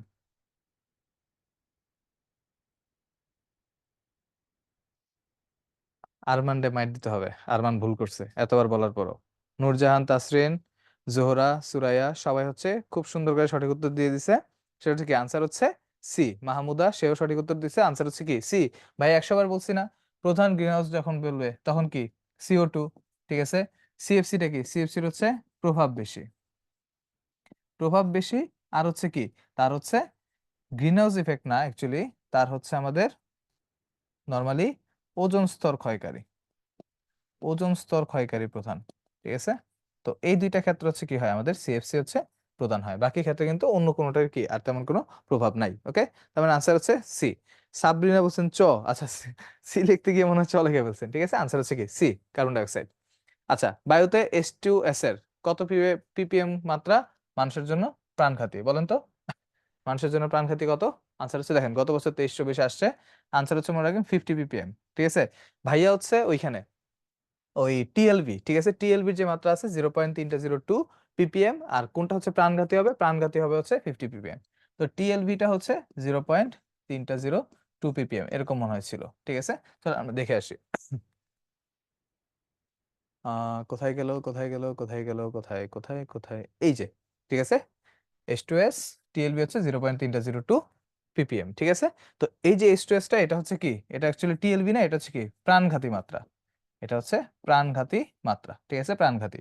আর যদি বলা যায় টিএলভি কত, টিএলভিটা হবে হচ্ছে 0.302 ppm। ওকে, তার মানে এটা হচ্ছে কি TLV, আর ওইটা হচ্ছে প্রাণঘাতী। ওকে, তাহলে সবাই পারছি। চলেন আবার দৌড় দিয়ে আমরা কোথায় চলে যাই, আমাদের কোশ্চেনে চলে যাই। ওকে, তাহলে আনসার হচ্ছে 50 ppm। ঠিক আছে, টিএলবি কত? 0.302 ppm। তারপর কোনটি গ্রিনহাউস গ্যাস নয় বলেন তো? সুন্দর করে পড়ছি, সুন্দর করে পড়ছি, এটা বলেন, এটার উত্তর কি হবে? অনেক সুন্দর করে পড়ছি আমরা। আচ্ছা সাবরিনা, সরি ভুলে, সমস্যা নেই ভাইয়া, আমি বুঝতে পারছি। কোনটি গ্রিনহাউস গ্যাস নয়? বলেন বলেন বলেন, তাড়াতাড়ি তাড়াতাড়ি, কুইকি কুইকি কুইকি কুইকি, তাড়াতাড়ি। আনসার হচ্ছে সি। এই তো, সবাই তো সঠিক উত্তর দিচ্ছেন, আপনারা সবকিছুই পারেন। কারণ পড়ছিলাম কি গ্রিনহাউস গ্যাস নয় কোনগুলা, ওই যে অক্সিজেন, হাইড্রোজেন, নাইট্রোজেন, তিনটা। কোনটা আছে? নাইট্রোজেন। আনসার হচ্ছে সি। ওকে, গুড। আচ্ছা, এখন হচ্ছে আমরা চলে যাব এসিড বৃষ্টি এবং এর প্রতিকারের মধ্যে। ঠিক আছে, এসিড বৃষ্টি কি? এসিড বৃষ্টি হচ্ছে সোজা কথা, যখন হচ্ছে আমাদের হচ্ছে পিএইচ লেভেলটা লেস দেন 5.6 এর কম হবে। ঠিক আছে, মানে পিএইচ লেভেলটা যখন 5.6 এর কম হবে তখন সেই বৃষ্টিকে আমরা বলবো হচ্ছে এসিড বৃষ্টি। আর এসিড বৃষ্টির জন্য হচ্ছে আমাদের মেইনলি তিনটা অ্যাসিড দায়ী। ঠিক আছে, তিনটা অ্যাসিড মনে রাখবেন: সালফিউরাস অ্যাসিড, সালফিউরিক অ্যাসিড, আর হচ্ছে নাইট্রিক অ্যাসিড। ঠিক আছে, এই তিনটা শুধু অ্যাসিড হচ্ছে আমাদের অ্যাসিড বৃষ্টির জন্য দায়ী: সালফিউরাস, সালফিউরিক, আর হচ্ছে নাইট্রিক অ্যাসিড। খুবই খুবই ইম্পর্টেন্ট। আর এগুলো তৈরি হয় কি থেকে? এই দুইটা তৈরি হয় হচ্ছে সালফার ডাইঅক্সাইড থেকে, আর এটা হচ্ছে নরমালি নাইট্রোজেন অক্সাইড বা এই যে যৌগ আছে সেগুলো থেকে কি তৈরি হয়? আমাদের এই অ্যাসিড বৃষ্টিগুলো হচ্ছে আমরা পাই। অবশ্যই অবশ্যই মনে রাখবেন, খুবই খুবই ইম্পর্টেন্ট। ওকে, খুবই ইম্পর্টেন্ট। আচ্ছা, কথা হচ্ছে ভাইয়া, কার্বনিক অ্যাসিড কি হতে পারে? মনে রাখবেন, এটা অনেক পরীক্ষায় কোশ্চেনে থাকে, বাট এই কার্বনিক অ্যাসিড কিন্তু অ্যাসিড বৃষ্টি তৈরি করে না, নেভার। ঠিক আছে, অবশ্যই অবশ্যই এটা মাথায় রাখবো। আচ্ছা, এখানে তো আছে, দেখেন আমি দিয়ে দিই। এই যে কার্বনিক অ্যাসিড রূপে থাকে, বাট এটা হচ্ছে কি আমাদের হচ্ছে স্বাভাবিক বৃষ্টির জলে। স্বাভাবিক বৃষ্টির জলে কি থাকে? কার্বনিক অ্যাসিড থাকে। এটা কিন্তু অ্যাসিড বৃষ্টি তৈরি করবে না, নেভার। ঠিক আছে। আচ্ছা, তারপর পিএইচ মান 5.6 এর কম হলে আমরা বলবো অ্যাসিড বৃষ্টি। নরমালি কি হয় সাধারণত কলকারখানাতে পিএইচ এর মান কি 5.6 থেকে কত মধ্যে থাকে? 3.5 এর মধ্যেই থাকে। আর কোনটা কোনটা তৈরি করে? তিনটা অ্যাসিড, সেটা হচ্ছে সালফিউরাস, সালফিউরিক, আর হচ্ছে নাইট্রিক অ্যাসিড। আর প্রাইমারি বায়ু দূষক কোনটা থাকে? যে আমাদের সালফার ডাইঅক্সাইড আর হচ্ছে নাইট্রোজেনের যে অক্সাইডগুলো আছে সেগুলো। ঠিক আছে। আচ্ছা, নাইট্রিক অ্যাসিড অলরেডি আমরা জানি নাইট্রিক অ্যাসিড কিভাবে তৈরি করা হয়। মনে আছে নাইট্রিক অ্যাসিড কেমনে তৈরি করি? মনে করেন তো, অসওয়াল্ড, অসওয়াল্ডের লৌহকরণ পদ্ধতিতে আমরা কি তৈরি করি? নাইট্রিক অ্যাসিডটা সুন্দর করে আমরা তৈরি করে ফেলি, যেখানে আমাদের কি হয় না, কোনো ধরনের সমস্যা হয় না। ওকে, অবশ্যই অবশ্যই মাথায় রাখবেন এটা। আচ্ছা, তারপর হচ্ছে আমরা চলে যাব। আচ্ছা, এখন হচ্ছে এসিড বৃষ্টির প্রতিকার। এসিড বৃষ্টির প্রতিকারের জন্য আমাদের কি করতে হবে? এই যে আমাদের কি মেইনলি হচ্ছে সালফার ডাইঅক্সাইড গ্যাস আর হচ্ছে নাইট্রোজেনের অক্সাইড গুলো আছে। ঠিক আছে, এই সালফার ডাইঅক্সাইড গ্যাস আর হচ্ছে নাইট্রোজেন অক্সাইড গুলোকে আমরা কি করতে হবে? কোনোভাবে আমাদের পৃথিবী থেকে মুক্ত করে দিতে হবে। ঠিক আছে, তো এটার উপায় কি? এটার জন্য হচ্ছে আমরা এফজিডি প্ল্যান্ট ইউজ করব, ফ্লু গ্যাস ডিসালফারাইজেশন। আর এটার জন্য আমরা কি করব? নাইট্রোজেন গ্যাসের জন্য হচ্ছে আমরা কি করব? নাইট্রোজেন গ্যাসকে বিজারিত করে নাইট্রোজেন গ্যাসে। তো এখানে হচ্ছে আমাদের কি থাকবে? Catalytic converter, catalytic converter. এই কনভার্টার কি করবে? কনভার্টার হচ্ছে আমাদের এই যে অক্সাইড গুলো থাকে, অক্সাইড গুলো হচ্ছে নাইট্রোজেনে পরিণত করবে। ঠিক আছে, আর ফ্লু গ্যাস কি করবে? এখানে কি হচ্ছে, সোজা কথা হচ্ছে সালফার ডাইঅক্সাইড শোষণ হবে, সালফার ডাইঅক্সাইড শোষণ হয়ে যায়। দেখেন তো, এই জিনিসগুলো কি আমার বলা আছে না এখানে? চুন হচ্ছে, হ্যাঁ, এই যে দেখেন, দ্বিতীয় পদ্ধতি হলো নরমালি এসিড বৃষ্টি হওয়ার পর পুকুর বা হ্রদের পানিতে কি হয়? লাইম বা চুনাপাথর ছিটিয়ে হচ্ছে আমাদের পানিগুলো কি করতে পারি? সেগুলো ক্যালসিয়াম লবণে পরিণত করি। কিন্তু কথা হচ্ছে এই কাজে কি অর্থ ব্যয় খুব বেশি। কিন্তু দ্বিতীয় পদ্ধতি কি? ট্রপোস্ফিয়ারে এই জিনিসগুলো হচ্ছে করব। শিল্পক্ষেত্রে এফজিডি প্ল্যান্ট, সেটা কার জন্য? সালফার ডাইঅক্সাইডের জন্য। আর মোটর হচ্ছে ক্যাটালাইটিক ইনভার্টার বা কনভার্টার, সেটা কি করবে? নাইট্রোজেন গ্যাসকে কিসে পরিণত করবে? নাইট্রোজেন গ্যাসে, সরি, নাইট্রাস অক্সাইডকে নাইট্রোজেন গ্যাসে পরিণত করবে।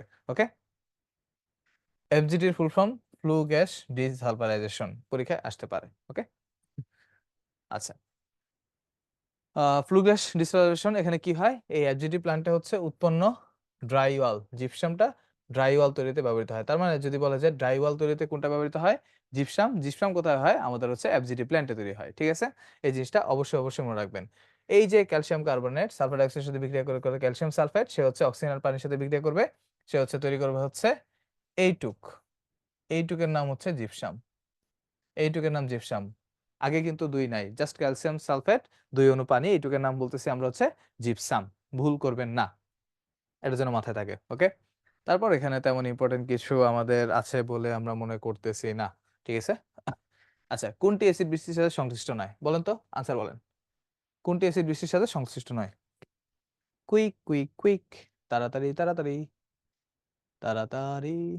কোনটি এসিড বৃষ্টির সাথে সংশ্লিষ্ট নয়?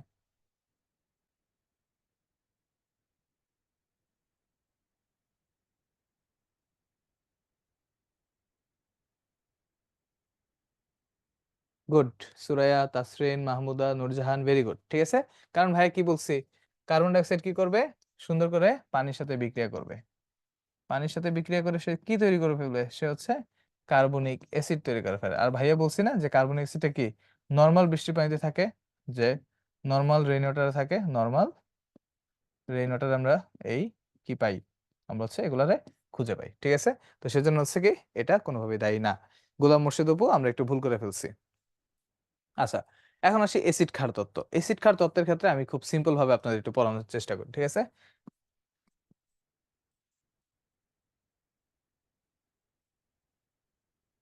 ঠিক আছে, এসিড বেস থিওরি টোটাল হচ্ছে তিন ধরনের। এসিড বেস থিওরিটা হচ্ছে আমাদের তিন ধরনের।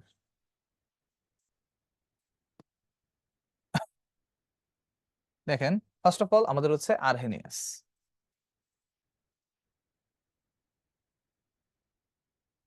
তারপর আমাদের কাছে আছে হচ্ছে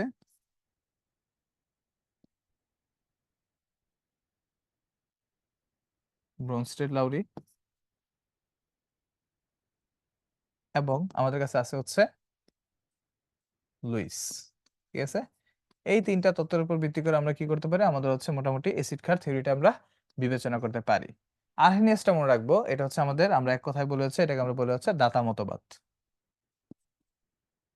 দাতা মতবাদ, ঠিক আছে। ব্রোনস্টেড লাউরিকে আমরা বলে হচ্ছে প্রোটনীয় মতবাদ, এবং লুইসকে বলি হচ্ছে আমরা মুক্তজোর ইলেকট্রন মতবাদ। মুক্তজোর ইলেকট্রন মতবাদ, ঠিক আছে।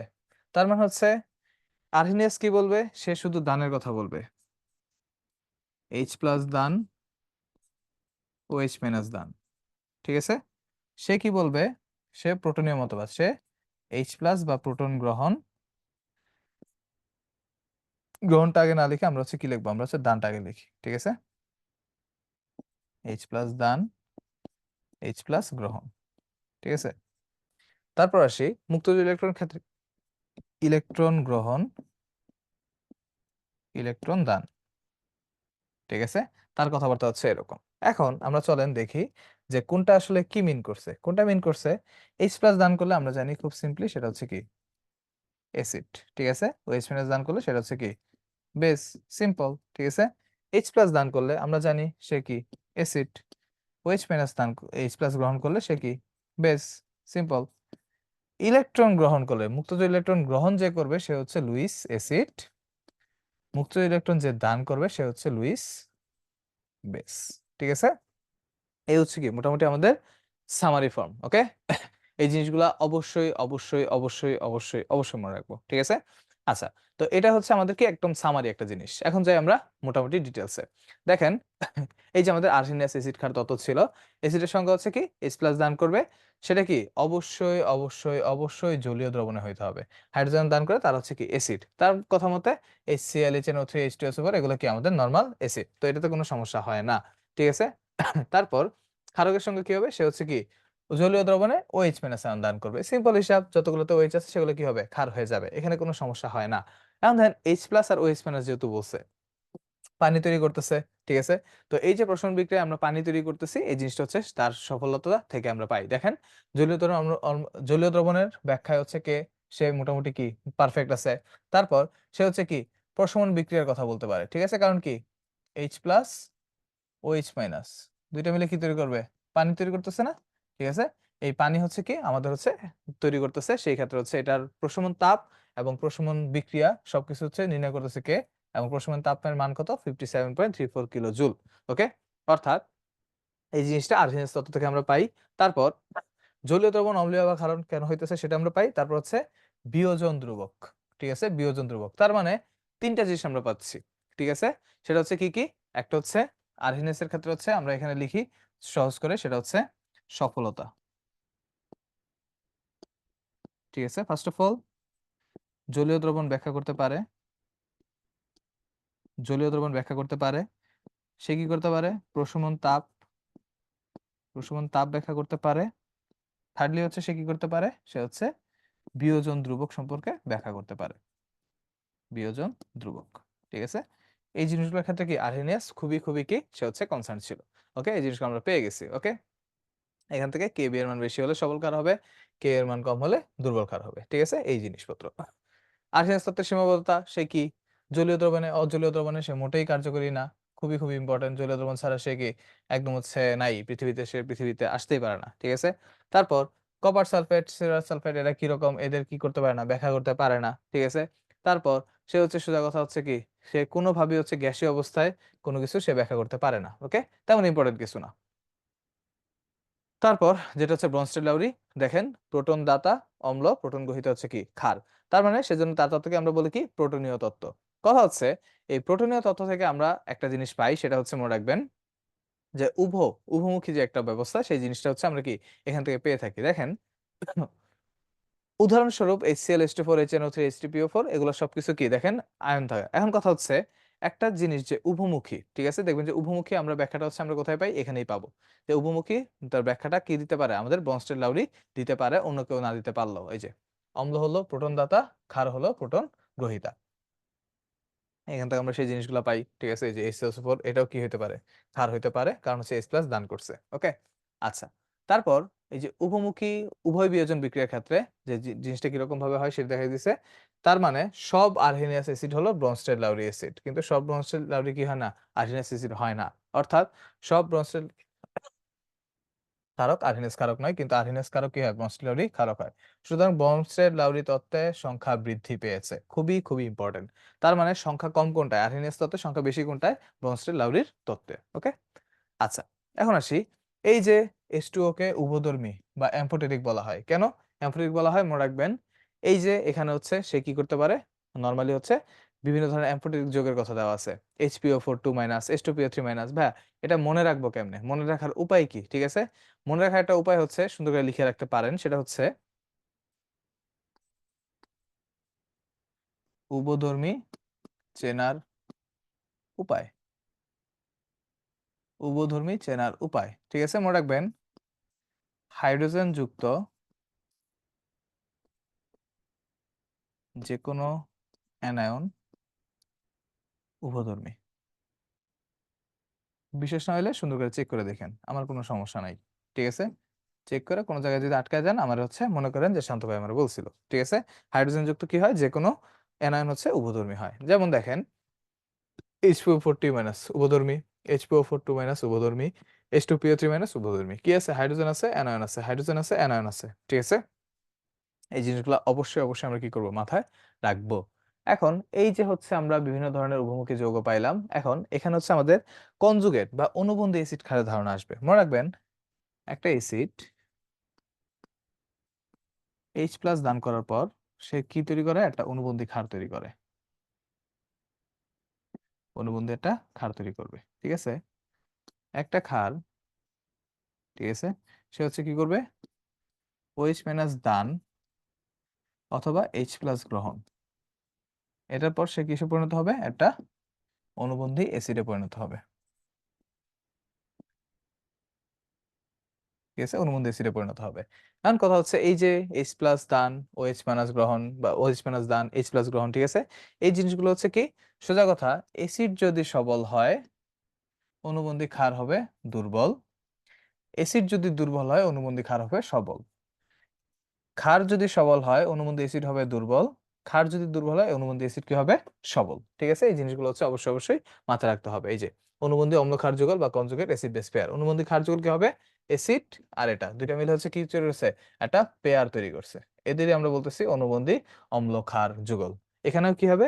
এই যে দুজন মিলে কি একটা পেয়ার তৈরি করছে বা জোড়া তৈরি করছে, এটাও কি অনুবন্ধী অম্ল ক্ষার যুগল। ওকে, আচ্ছা। তারপর চলে যায় এই যে যে জিনিসটা আমি অলরেডি বলছি, সেই জিনিসটা কিন্তু এখানে সুন্দর করে লেখা আছে, ঠিক আছে? এই জিনিসগুলোকে আমরা এখান থেকে পড়ে ফেলবো। দেখেন এটা কিন্তু মেডিকেল পরীক্ষা আসছিল, ঠিক আছে? যে নরমালি কি দেখি, ক্ষারের চেয়ে অনুবন্ধী অম্লে একটা হাইড্রোজেন পরমাণু বেশি থাকে, অম্লের চেয়ে অনুবন্ধী ক্ষারকে একটা হাইড্রোজেন পরমাণু কম থাকে, ঠিক আছে? সিম্পল হিসাব। আচ্ছা, যেটা বলতেছিলাম যে এই জিনিস আমরা অলরেডি পড়ে ফেলছি, শেষ আমাদের। তারপর হচ্ছে অম্লক্ষার যুগল, এগুলো হচ্ছে আমাদের টোটালি পড়া শেষ। উভধর্মী যৌগ কোনটা একটু আগে পড়ে আসছি, সেটা কি H2O। এটা নিয়ে কারো কোনো কনফিউশন থাকার কথা না। এই যে ভাইয়া যে বলছিলাম দেখেন এখানে HClO4 মোটামুটি সবচেয়ে তীব্র অ্যাসিড,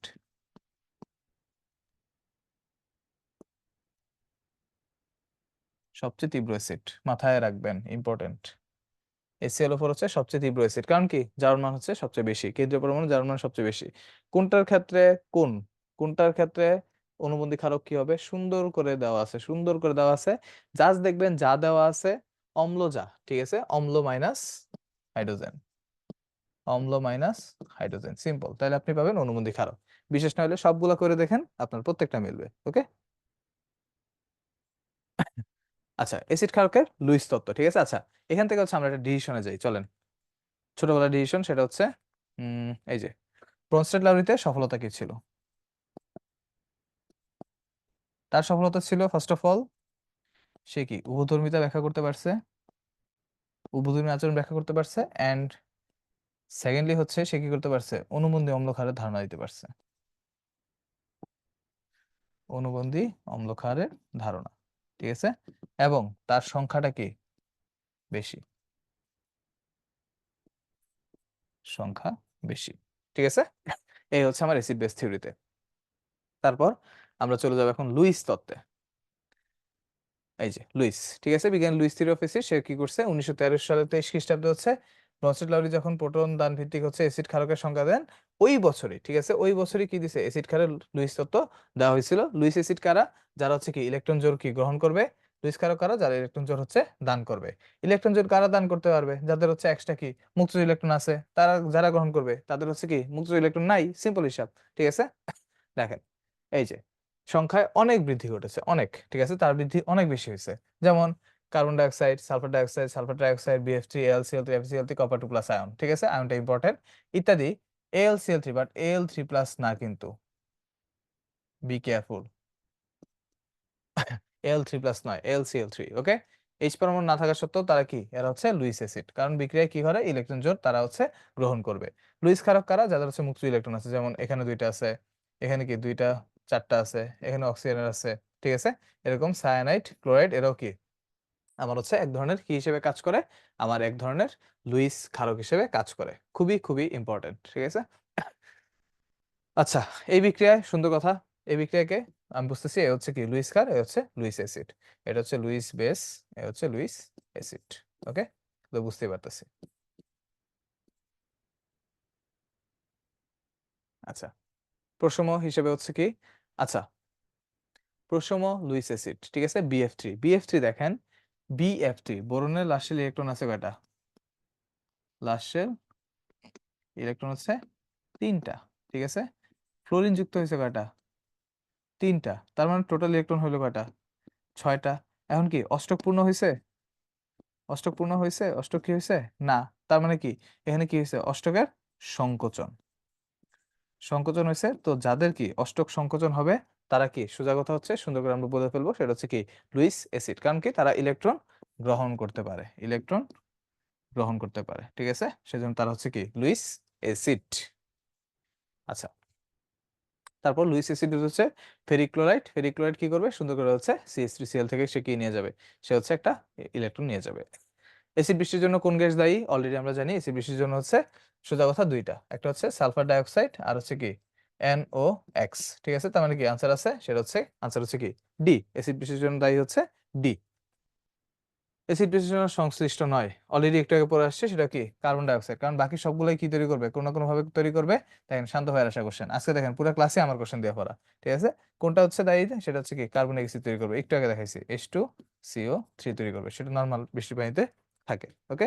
এই তো সবাই তো একের পর উত্তর দিতেই আছে, ভেরি গুড, ভেরি গুড। বলেন এটা কি হবে, একটু আগে ভাইয়া পড়া আসছি, কোনটি সঠিক বলেন, কোনটি সঠিক হবে, কোনটি হবে, কোনটি কোনটি।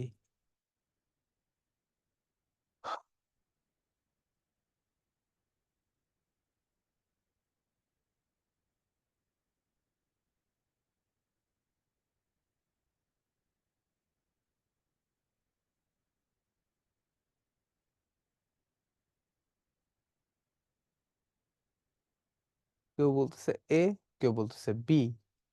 কোনটা নিব? এটার জন্য আবার বুঝি আমার ওই যে স্লাইডটা দেখাইতে হবে। কোথায় গেলি? এই যে দেখেন, এসিড তীব্র হইলে দেখা যায়, এসিড তীব্র হইলে ক্ষার দুর্বল হবে, ক্ষার তীব্র হইলে এসিড দুর্বল হবে। তার মানে কি সম্পর্কটা কি ব্যস্তানুপাতিকের মতো না? ঠিক আছে, তো এই জিনিসটা আমার মনে হয় যে সবাই একটু ভুলে গেছি, যে এসিড তীব্র হইলে ক্ষার দুর্বল হবে, ক্ষার দুর্বল হইলে এসিড তীব্র হবে। ঠিক আছে, তো আনসার হবে কি দেখেন তো, আনসার যদি আমি আবার যাই, সবাই একটু চিন্তা করে আনসার দেন। আনসার হচ্ছে কি দেখেন, তীব্র এসিডের অনুবন্ধী ক্ষারক তীব্র হতে পারবে না, তীব্র এসিডের অনুবন্ধী ক্ষারক দুর্বল, হ্যাঁ এটাই তো হবে। এটা হচ্ছে তীব্র এসিডের কোনো অনুবন্ধী এসিড সম্ভব না, দুর্বল অ্যাসিডে অনুবন্ধী অ্যাসিড সম্ভব না। তীব্র অ্যাসিডে অনুবন্ধী ক্ষারক কি হয় না? তীব্র হয় না। সেটা কি হবে? এটা অবশ্যই দুর্বল হবে। ওকে, তীব্র অ্যাসিডে অনুবন্ধী ক্ষারক দুর্বল, তার মানে আনসার হচ্ছে কি বি। ওকে, সবাই পারছে তো? সুরায়া, সাবরিনা, মাহমুদা, হ্যাঁ তাসরিন, গুড, নূরজাহান, সবাই সুন্দর করে সঠিক উত্তর দিচ্ছে। আনসার হচ্ছে বি। আচ্ছা, এখন আসি এই যে মিঠা পানির উৎস। ঠিক আছে, মিঠা পানি মনে রাখবেন, পানি দুই প্রকার, পানি দুই প্রকার। একটা হচ্ছে লবণাক্ত পানি, আর একটা হচ্ছে মিঠা পানি যেটা আমরা খাই। ঠিক আছে, নর্মালি আমাদের ফুল পানির যত উৎস আছে তার মধ্যে 97 অলমোস্ট, ঠিক আছে 97.3% হচ্ছে কি লবণাক্ত পানি, 2.7% হচ্ছে কি আমাদের মিঠা পানি, যেটা হচ্ছে আমরা নদ নদীতে পাই। ঠিক আছে, তো এই যে মিঠা পানি আমরা দেখতেছি, মিঠা পানির হচ্ছে প্রধান দুইটা উৎস মনে রাখবেন। প্রধান উৎস হচ্ছে হিমবাহ। ঠিক আছে, হিমবাহ ও তুষার প্রধান উৎস। কিন্তু কিন্তু কিন্তু কিন্তু কি ভাইয়া, বাংলাদেশে যদি বলে যে মিঠা পানির প্রধান উৎস কি, সেটা হচ্ছে ভূগর্ভস্থ পানি। বাংলাদেশে প্রধান উৎস, কারণ বাংলাদেশে তো হিমবাহ নাই, বাংলাদেশে প্রধান উৎস। তো এই জিনিসটা আমরা ভুল করব না। ঠিক আছে, বাংলাদেশে যদি আসে আনসার কি হবে? আনসার হবে হচ্ছে ভূগর্ভস্থ পানি। আর হিমবাহ তুষার হলে সেটা কি নর্মালি সবকিছুর ক্ষেত্রে। ওকে, আচ্ছা। আচ্ছা, এখানে বলা আছে যে 97.3% হচ্ছে সামুদ্রিক, অবশ্যই 2% হচ্ছে মিঠা পানি, 2.7 হচ্ছে হিমবাহ তুষার হচ্ছে কি 2%, ভূগর্ভস্থ হচ্ছে 0.6%। ওকে, অবশ্যই অবশ্যই নির্ভর, এই যে এখানে দেওয়া আছে হিমবাহ তুষার হচ্ছে দেখেন 74%, ভূগর্ভস্থ পানি হচ্ছে 22%। তাহলে ভূগর্ভস্থ কি, বারবার বলতেছি বাংলাদেশ, আর এটা হচ্ছে ওভারঅল, ওভারঅল। ঠিক আছে, পরীক্ষায় কোনটা আসবে? পরীক্ষায় বাংলাদেশেরটাই আসে, মাথায় রেখেন। আচ্ছা, এখন হচ্ছে আমরা চলে যাই সারফেস ওয়াটারের বিশুদ্ধতার মানদণ্ড। ঠিক আছে, এখন সারফেস ওয়াটারের বিশুদ্ধতার মানদণ্ডের ক্ষেত্রে আমরা হচ্ছে অনেক কিছু পাই, ডিও পাই, বিওডি পাই, সিওডি পাই, টিডিএস পাই, অনেক কিছু আমরা পাই। ঠিক আছে, তো আমরা হচ্ছে শুরু করবো হচ্ছে খড়পানি দিয়ে। ঠিক আছে, এই খড়পানি নর্মালি মনে রাখবেন, খড় পানি, ঠিক আছে, দুই ধরনের হয়। একটা হচ্ছে স্থায়ী, একটা হচ্ছে অস্থায়ী। কথা হচ্ছে ভাই, পানি খড়, খড় মানে কি? ঠিক আছে, খড় মানে তো আমরা জানতাম কুটা। ঠিক আছে, খড় মানে কি ভাই? সোজা কথা মনে রাখবেন, খড় মানে হচ্ছে সোজা কথা তিনটা আয়ন। ঠিক আছে, তিনটা আয়ন কি কি? তিনটা আয়ন হচ্ছে খুবই খুবই ইম্পর্টেন্ট, ক্যালসিয়াম 2+, ম্যাগনেসিয়াম 2+, Fe2+। এই তিনটা আয়নের আমার কি কি লবণ থাকবে? এই তিনটা আয়নের আমাদের তিনটা লবণ থাকবে। ঠিক আছে, সেটা কি? সালফেট আয়ন থাকবে, ঠিক আছে, সাথে হচ্ছে আমাদের বাইকার্বনেট আয়ন থাকবে, আর হচ্ছে আমাদের ক্লোরাইড আয়ন থাকবে। ঠিক আছে, এই যে তিনটা আয়ন, এই তিনটা আয়নের হচ্ছে যদি কি থাকে আমাদের হচ্ছে, এই তিনটা হচ্ছে লবণ মিশ্রিত থাকে, তখন আমাদের কি পানি হবে? হচ্ছে ক্ষার পানি। এখন কথা হচ্ছে ভাই, স্থায়ী ক্ষারতা অস্থায়ী ক্ষারতা দুই ধরনের হইতে পারে। স্থায়ী ক্ষারতা কখন হবে? যখন হচ্ছে কি ক্লোরাইড আর সালফেট থাকবে। সোজা কথা স্থায়ী হবে যখন হচ্ছে কি ক্লোরাইড আর হচ্ছে সালফেট। ঠিক আছে, সোজা কথা হচ্ছে মনে রাখবেন কি কাশি, কাশি দিয়ে মনে রাখবেন। ঠিক আছে, কাশি দিয়ে হচ্ছে, ক দিয়ে হচ্ছে ক্লোরিন, স দিয়ে হচ্ছে সালফেট। মানে কাশি দিলে কি স্থায়ী কাশি হয়ে যায়, অনেক সময় যক্ষায় স্থায়ী কাশি হয়ে যায়। এই কাশি দিয়ে হচ্ছে আমাদের কি হয়? স্থায়ী ক্ষারতা তৈরি হয়। আর অস্থায়ী ক্ষারতা কি দিয়ে তৈরি হবে? অস্থায়ী ক্ষারতা সোজা কথা হচ্ছে বাইকার্বনেট। ঠিক আছে, অস্থায়ী বাইকার্বনেট আয়ন দিয়ে তৈরি হবে। ঠিক আছে, তো কাশি দিয়ে হচ্ছে আমাদের কি স্থায়ী হয়, আর অস্থায়ী হচ্ছে কি হয়? আমাদের বাইকার্বনেট দিয়ে হয়। স্থায়ী ক্ষারতা দূর করানোর উপায় কি? আমরা নর্মালি আয়ন এক্সচেঞ্জ পদ্ধতি, আয়ন এক্সচেঞ্জ দিয়ে হচ্ছে আমরা দূর করি, আয়ন এক্সচেঞ্জ। আয়ন এক্সচেঞ্জ পদ্ধতিতে আমরা স্থায়ী ক্ষারতা দূর করি। অস্থায়ী ক্ষারতা দূর করানোর উপায় কি? আমরা হচ্ছে ফুটিয়ে সেটা দূর করতে পারি। ঠিক আছে, এই হচ্ছে জিনিসপত্র। দেখেন এখানে এগুলোই থাকা দরকার। এই যে ক্যালসিয়াম, ম্যাগনেসিয়াম, ফেরাস আয়নের হচ্ছে কি বাইকার্বনেট লবণ, ক্লোরাইড লবণ, সালফেট লবণ যখন দ্রবীভূত থাকে তখন পানিকে আমরা ক্ষার বলি। ক্ষার হলে কি আমাদের সাবানের ফেনা ঠিক মতো কাজ করে না, ফলে সাবানের অপচয় ঘটে। ঠিক আছে, পানির ক্ষারতা অলরেডি বলে ফেলছি যে কোন কোন আয়ন থাকে। ক্ষারতা দুই ধরনের, স্থায়ী ও অস্থায়ী। ক্যালসিয়াম, ম্যাগনেসিয়াম, ফেরাস আয়নের হচ্ছে যদি কি থাকে, ক্যালসিয়াম, ম্যাগনেসিয়াম, ফেরাসের হচ্ছে ক্লোরাইড, সালফেট যদি থাকে তখন সেটাকে বলবো স্থায়ী স্থায়ী ক্ষারতা। সেখানে কি স্থায়ী ক্ষারতা দূর করা যায় না, আয়ন এক্সচেঞ্জ পদ্ধতিতে হচ্ছে কি করতে হয়, দূর করতে হয়। ওকে, তো হোপফুলি সমস্যা হওয়ার কথা না এখানে কারো। ওকে, আচ্ছা, তারপর আমরা হচ্ছে যাবো অস্থায়ী ক্ষারতায়। অস্থায়ী ক্ষারতা কি, ওই যে অলরেডি বলে ফেলছি যে অস্থায়ীর মধ্যে কি থাকবে, বাইকার্বনেট লবণ।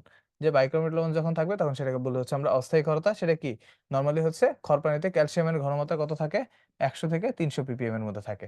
ওকে, আর অস্থায়ী ক্ষারতা কিভাবে দূর করা যায়, নরমালি হচ্ছে ফুটিয়ে আপনি অস্থায়ী ক্ষারতা কি করতে পারবেন, দূর করে ফেলতে পারবেন, কোনো ধরনের সমস্যা হওয়ার কথা নাই। এই যে, তো চলে গেল।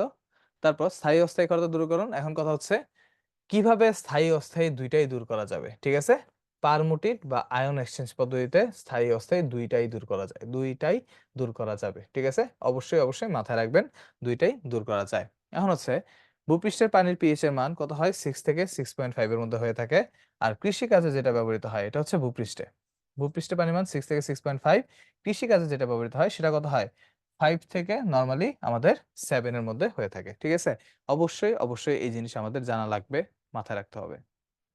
আচ্ছা, ডাব্লিউএইচ এর মতে ইম্পর্টেন্ট, ডাব্লিউএইচ বলছে মানে ইম্পর্টেন্ট। ঠিক আছে, সেটা হচ্ছে 25 ডিগ্রি সেলসিয়াসে পানযোগ্য পানির পিএইচ সীমা হচ্ছে 6.5 থেকে 8.5। তার মানে এখানে অনেকগুলো পাইলাম। সেটা হচ্ছে ডাব্লিউএইচ বলছে 6.5 থেকে 8.5। ঠিক আছে, এই পাশে আমরা কি পাইলাম, কৃষিকাজের জন্য পাইলাম 5 থেকে 7, ভূপৃষ্ঠের জন্য 6 থেকে 6.5। ঠিক আছে, কৃষিকাজের জন্য 5 থেকে 7, আর ভূপৃষ্ঠে পানির মান কত, ভূপৃষ্ঠে হচ্ছে কত, 6 থেকে 6.5। ওকে, তো হোপফুলি এটাতে কারো কোনো সমস্যা হওয়ার কথা না। ডিও, ডিও ফুল ফর্ম হচ্ছে ডিজলভ অক্সিজেন। ডিওর ফুল ফর্ম হচ্ছে ডিজলভড অক্সিজেন। ঠিক আছে, এই যে ডিজলভ অক্সিজেনটা আছে, ডিজলভ অক্সিজেন হচ্ছে সোজা কথা একটা পানির হচ্ছে অক্সিজেন সম্পৃক্তকরণের জন্য আমার কি কি লাগবে, যে পরিমাণ দ্রবীভূত অক্সিজেন লাগবে সেটাকে আমরা বলতেছি পানির ডিও বলতেছি। এখন কথা হচ্ছে এই ডিওর মানটা কত, 15 ডিগ্রি সেলসিয়াসে অক্সিজেন সমৃদ্ধ পানির ডিওর মান হচ্ছে কত, 10 মিলিগ্রাম পার লিটার বা হচ্ছে 10 ppm। ওকে, আর 20 ডিগ্রি সেলসিয়াসে পানির ডিওর মান হচ্ছে আমরা 9.2 ppm ধরে রাখি। ওকে, পানির ডিওর মানের জন্য আমাদের কি নির্ণয় করা হয়, উইলক্লারের হচ্ছে আয়োডোমেট্রিক পদ্ধতিতে হচ্ছে আমরা পানির ডিওটা হচ্ছে নির্ণয় করি। আর সারফেস ওয়াটারে কি হয়, পানির ডিওর মান হচ্ছে 5 মিলিগ্রাম পার লিটারের সীমানায় বা এর উপরে থাকতে হয়। নদীর মোহনায় পানির ডিওর মান হচ্ছে কত হয়, 6 মিলিগ্রামের বেশি হয়ে থাকে। ওকে, তার মানে তখন হচ্ছে কি চাহিদা বেশি থাকে, কারণ নদীর মোহনায় কি মাছেরা ডিম পারে, ওখানে হচ্ছে তাদের অক্সিজেনের চাহিদাটা বেশি। এখন এখানে এই যে সারফেস ওয়াটারের ডিওর মান হচ্ছে কি 5 এর কম হলে তখন কি আমাদের মোটামুটি কি ভারসাম্যটা হারায় যাবে। এখন ডিও, ডিও হচ্ছে পাইলাম ডিজলভ অক্সিজেন। ঠিক আছে, এখন কথা হচ্ছে আরেকটা জিনিস আছে বিওডি, এটা হচ্ছে biochemical oxygen demand. Biochemical oxygen demand কি, সোজা কথা হচ্ছে আমার হচ্ছে যে জৈব দূষক, বিওডি হচ্ছে কার জন্য, জৈব দূষক। ঠিক আছে, আমাদের হচ্ছে বিওডিটা হচ্ছে আমাদের জৈব দূষকের জন্য, আর সিওডিটা হচ্ছে জৈব প্লাস অজৈব দুই ধরনের দূষকের জন্য। তার মানে আমার কোনটা বেশি হবে বলুন তো, খুব সিম্পলি আমরা যদি চিন্তা করি COD greater than obviously BOD হবে। ঠিক আছে, COD greater than obviously BOD, কারণ সে কি জৈব অজৈব দুই ধরনের দূষক নিয়ে কাজ করতেছে। ওকে, এখন দেখেন এই যে আমরা পানির বিওডিটা নির্ণয় করি, যেটা অলরেডি বলা হচ্ছে বায়োকেমিক্যাল অক্সিজেন ডিমান্ড বা জৈব দূষক। ঠিক আছে, তুলনা করতে আমরা হচ্ছে বিওডি কি, এখন বিওডির ক্ষেত্রে প্রতি লিটার সারফেস ওয়াটারের জন্য কত ডিগ্রি তাপমাত্রায়, 20 ডিগ্রি সেলসিয়াস তাপমাত্রায় 5 দিন, 5 দিন যখন রাখা হবে তখন হচ্ছে সেটা কি আমার হচ্ছে সম্পূর্ণ ডিগ্রেড করতে যে পরিমাণ আমার কি লাগবে, জৈব দূষক বা অক্সিজেন প্রয়োজন হবে। ঠিক আছে, এটা হচ্ছে আমার হচ্ছে বিওডির পরিমাণ। এখন দেখেন পানির বিওডির মান, এটা হচ্ছে সুন্দর একটা চার্ট আছে, আমরা এখান থেকে না পড়ে আমরা কোথায় পড়বো, চার্টের মধ্যে পড়বো। ঠিক আছে, এটা আমরা স্কিপ করলাম। আচ্ছা, এই যে পানির বিওডির মান একদম ঠোঁটস্থ, মুখস্থ, কণ্ঠস্থ। ঠিক আছে, কি করব, 1 থেকে 2 মিলিগ্রাম পার লিটার। দেখেন বিওডির মান যত কম, চিন্তা করেন তো, ডিওর মান যত বেশি, বিওডির মান যত কম, সিওডির মান যত কম, টিডিএস এর মান যত কম, ঠিক আছে, তত পানি ভালো। তার মানে একটা ক্ষেত্রে পানি ভালো হবে, সেটা হচ্ছে কি, ডিজলভ অক্সিজেন যদি বেশি পরিমাণ থাকে, ঠিক আছে। বিওডির মান কেন, জৈব দূষক কম, অক্সিজেন ডিমান্ড কম, ঠিক আছে। কারণ কি, এই বিওডিটা হচ্ছে কি জৈব দূষকের অনুপাত, ঠিক আছে, বিওডি সমানুপাতিক জৈব দূষক। তার মানে, ঠিক আছে, যে আমার কত, বিওডি যত কম হবে, জৈব দূষক তত কম, তত বেশি কি হবে, পানি ভালো। ওকে, এই জিনিসটা অবশ্যই অবশ্যই মাথায় রাখবেন, খুবই খুবই ইম্পর্টেন্ট। তার মানে এই যে আমাদের 1.1 থেকে 2 খুবই ভালো, 3 হলে মোটামুটি ভালো, 6 হচ্ছে কি ডাব্লিউএইচ এর অনুমোদিত মাত্রা, খুবই খুবই ইম্পর্টেন্ট 6, ঠিক আছে। 10 হচ্ছে দূষণ মাত্রা খারাপ, 20 হচ্ছে দূষণ মাত্রা খুবই খারাপ। ওকে, এটা আমাদের পরীক্ষায় কাজে লাগবে, খুবই খুবই ইম্পর্টেন্ট, অবশ্যই অবশ্যই মাথায় রাখবেন। আচ্ছা, এখানে হচ্ছে তেমন হচ্ছে আমার তেমন ইম্পর্টেন্ট কিছু নাই। সিওডি, ঠিক আছে, সিওডির মান আগেই বলে ফেলছি, সিওডির মান কি হবে, পানির ইয়ে থেকে বেশি হবে। বিওডির ডাব্লিউএইচ এর মান কত, 6 ছিল, দেখেন সিওডির কত, 10, ডাব্লিউএইচ অনুমোদিত সিওডি মাত্রা হচ্ছে 10। তার মানে আবারও বলতেছি, বিওডি লেস দেন সিওডি, ঠিক আছে। বিওডি কত ছিল, বিওডি ছিল 6, সিওডি হচ্ছে 10। ভুল করলে চলবে না, পরীক্ষা আমরা ভুল করে ফেলি। ওকে, আচ্ছা, পানি টিডিএস, টিডিএল হচ্ছে সুন্দর করে লিখে রাখেন, total dissolved solid, total dissolved solid, ঠিক আছে। এই হচ্ছে আমাদের কি টিডিএস এর ফুল ফর্ম। তার মানে কি, টিডিএস যত বেশি, পানি কি হবে, তত বেশি খারাপ হবে, ঠিক আছে। সেজন্য টিডিএস এর মানটা আমার কি করতে হবে, কমায় রাখতে হবে। টিডিএস এর মধ্যে অন্তর্ভুক্ত রাসায়নিক উপাদান কি আছে, কে, না, কে, ফসফেট, নাইট্রেট, ক্লোরাইড, ঠিক আছে, মানে হচ্ছে তিনটা। দেখেন কি আছে, calcium 2+, sodium plus, potassium plus, আর হচ্ছে ফসফেট, নাইট্রেট, ক্লোরাইড, এই আয়নগুলো হচ্ছে আমাদের টিডিএস এর মধ্যে পড়ে, ঠিক আছে। আর টিডিএস গুলোর সাথে আরেকটা জিনিস অ্যাড হয়েছে, সেটা হচ্ছে পেস্টিসাইড। মানে কি, পেস্টিসাইড এখন টিডিএস এর মধ্যে আমরা কাউন্ট হয়ে যায়। বর্তমানে টিডিএস এর মধ্যে যোগ হয়েছে অধিকতর উপাদান, কীটনাশক, আর হচ্ছে কি পেস্টিসাইডস। ওকে, পেস্টি মানে কিন্তু কেক পেস্ট্রি না, আবার মাথায় রেখেন, ঠিক আছে। নয়তো বলবে, আমি তো পেস্ট্রি খাই রেগুলার, ঠিক আছে, মরে যাবেন পেস্টিসাইড খেলে। দেখেন বিশ্ব স্বাস্থ্য সংস্থা, ঠিক আছে, পিএইচ কি বলছে, যে বাবা তুমি 6.8.5 এর মধ্যে থাকো। ডিও কি বলছে, বাবা তুমি 5 থেকে 6 এর মধ্যে থাকো, এটা ভালো। বিওডি কি বলছে, 6 এর মধ্যে থাকো। সিওডি কি 10, টিডিএস কত 500। ক্ষরতা ক্যালসিয়ামের ক্ষেত্রে নট দ্যাট ইম্পর্টেন্ট, যেগুলো আমার লাগবে, ঠিক আছে, পিএইচ, ডিও, বিওডি, সিওডি, ঠিক আছে, টিডিএস, এগুলো হচ্ছে আমার বেশি পরিমাণ লাগবে, ঠিক আছে। এই পাঁচটা আমরা খুব ভালো করে পড়বো। ওকে, অবশ্যই অবশ্যই ভালো করে পড়বো। পিএইচ 6.5, দেখেন জিনিসগুলো মনে রাখেন, ডিও, বিওডি, সিওডি, এই তিনটা কিন্তু একটা সিরিয়ালে আছে, 5 থেকে 6, 6, 10, এটা সিরিয়াল পড়ছে না, 5 থেকে 6, 6, 10, ঠিক আছে। পড়ে গেল টিডিএস কি অনেক বেশি, 500, টিডিএস হচ্ছে অনেক বেশি, 500, সলিড যেহেতু অনেক বেশি হবে 500, টিডিএস যা এনএসিএল তা 500, ঠিক আছে। তারপর আমাদের হচ্ছে পিএইচ, সর্বপ্রথম পিএইচ এমনি মাথার মধ্যে থাকবে 6.5 থেকে 8.5, ঠিক আছে। তার মানে মনে রাখার সহজ উপায়, বিও পড়লাম আগে, বিও, সরি বিও না, DO, BOD, COD, TDS, NaCl, ঠিক আছে। সহজভাবে মনে রাখবো, ডিও কত 5 থেকে 6, বিওডি কত 6, সিওডি কত 10, টিডিএস কত 500, এনএসিএল কত 500। পিএইচ তো আমি এমনি মনে রাখতে পারি, পিএইচ হচ্ছে কত বস, সেটা হচ্ছে একটা দশমিকের মান আছে 6.5 থেকে 8.5, ঠিক আছে। আর বাকি ছিল কি 100 আর 150 বলতে কিছু একটা পড়ছিলাম পৃথিবীতে মনে হয়, ঠিক আছে, অবশ্যই পড়ছেন। সেটা হচ্ছে 100 হচ্ছে ওই যে আমাদের ক্যালসিয়াম 2+, ক্যালসিয়াম 2+, সে বলে বাবা আমার 100 টাকা দাও। ম্যাগনেসিয়াম বলে যে না মা আমার হচ্ছে 150 টাকা দাও, ঠিক আছে। তার মানে নর্মালি আমরা দেখি কি, যে আমরা হচ্ছে কি এই ক্যালসিয়াম হচ্ছে 100 ppm, ম্যাগনেসিয়াম ক্ষেত্রে হচ্ছে 150 ppm। ওকে, পরীক্ষায় আসার জন্য অনেক অনেক অনেক বেশি ইম্পর্টেন্ট, মাথায় রাখবেন, খুবই খুবই ইম্পর্টেন্ট এই চারটা। আচ্ছা, টিডিএস এর মাত্রা, এটা তেমন বেশি ইম্পর্টেন্ট না, আমরা অলরেডি 4 থেকে পড়ে পড়েছি। সেটা হচ্ছে শিল্প বর্জ্য এবং পানি দূষণ, ঠিক আছে। এই ক্ষেত্রে হচ্ছে শিল্প বর্জ্যে ভারী ধাতু কি কি থাকে, লেড, মার্কারি, ক্যাডমিয়াম, ক্রোমিয়াম। কোনটা কি, লেড হচ্ছে কি plumbum, mercury Hg, cadmium CD, chromium CR, ঠিক আছে। এটা মাথায় রাখেন, ঠিক আছে। এই চারটা হচ্ছে আমাদের ভারতীয়দের মধ্যে ইনক্লুডেড। এখন আসি, এই যে আমাদের হালদা নদী যেটা আছে অন্যতম মৎস্য ক্ষেত্র, ঠিক আছে, ভবিষ্যতে জিকে এর জন্য কাজে লাগবে। যারা মেডিকেল পরীক্ষা দিবেন এটা জিকে পড়াই দিলাম, আরাফাত বাইরে বললেন যে শান্ত ভাই আমার জিকে পড়াইছে, ঠিক আছে। আচ্ছা, এখন হচ্ছে এই যে আমাদের দূষণ হচ্ছে, পানি দূষণ দুইটা উৎস থেকে হয়, একটা হচ্ছে বিন্দু উৎস আর একটা হচ্ছে কি অবিন্দু উৎস। বিন্দু উৎস মানে কি, একটা একক উৎস হিসেবে কাজ করতেছে। ধরেন হচ্ছে শিল্প কারখানার একটা ড্রেনেজ লাইন, ঠিক আছে, একটা ড্রেনেজ লাইন থেকে সরাসরি কি হচ্ছে, এখান থেকে আমরা দেখতেছি যে এই লাইনটা থেকে আমার দূষণটা হচ্ছে, তার মানে আমি পয়েন্ট আউট করতে পারছি, যেহেতু পয়েন্ট আউট করতে পারছি মানে বিন্দু দূষণ। কিন্তু আপনি যখন একটা ক্ষেতের মধ্যে কীটনাশক ছড়াই দিবেন, ঠিক আছে, আমি কি বলতে পারবো যে অ্যাকচুয়ালি ক্ষেতের কোন জায়গার মধ্যে দূষণটা আমার বেশি হয়েছে বা কোন পাশ দিয়ে হয়েছে জিনিসটা, আমরা কিন্তু বলতে পারতেছি না, ঠিক আছে। তার মানে যদি আমি পয়েন্ট আউট করে বলতে পারি যে সহজে শনাক্তযোগ্য, তখন কি বিন্দু উৎস। যদি হচ্ছে বিভিন্ন ধরনের উৎস থেকে, বিভিন্ন বিন্দু উৎস থেকে আসে, তখন সেটাকে আমরা বলবো হচ্ছে অবিন্দু উৎস। বিন্দু উৎস কোনটা, চামড়া শিল্প কারখানার ড্রেন বা পাইপ, ঠিক আছে। আর অবিন্দু উৎস কি, ওই যে কৃষি সংক্রান্ত বিভিন্ন রাসায়নিক দূষণ। ওকে, আচ্ছা, এখন এখান থেকে তেমন বেশি ইম্পর্টেন্ট কিছু নাই, জাস্ট পানি দূষণের কারণসমূহ এগুলো আমরা নরমালি পারি। আচ্ছা, এখন হচ্ছে ইউট্রিফিকেশন, খুবই ইম্পর্টেন্ট জিনিস, ঠিক আছে। নরমালি আমরা যে ইউরিয়া সার দেই না, ইউরিয়া সার দিলে কি হয়, পানির হচ্ছে ডিওটা অনেক কমে যায়, ডিও অক্সিজেনটা অনেক কমে যায়। কারণ কি, এই অ্যামোনিয়া দিলে আমাদের কি হয়, অ্যামোনিয়া হচ্ছে আমাদের সারটা হচ্ছে জারিত হয়ে নাইট্রেটে পরিণত করে, সেখানে ডিওটা কমে গেছে। আর ডিও যত হ্রাস পাবে সেখানে কি তৈরি হবে, জলজ উদ্ভিদ মাছ হচ্ছে মরে যাবে, ঠিক আছে। তো জলজ উদ্ভিদ মরে যাওয়াকে আমরা বলছি ইউট্রিফিকেশন।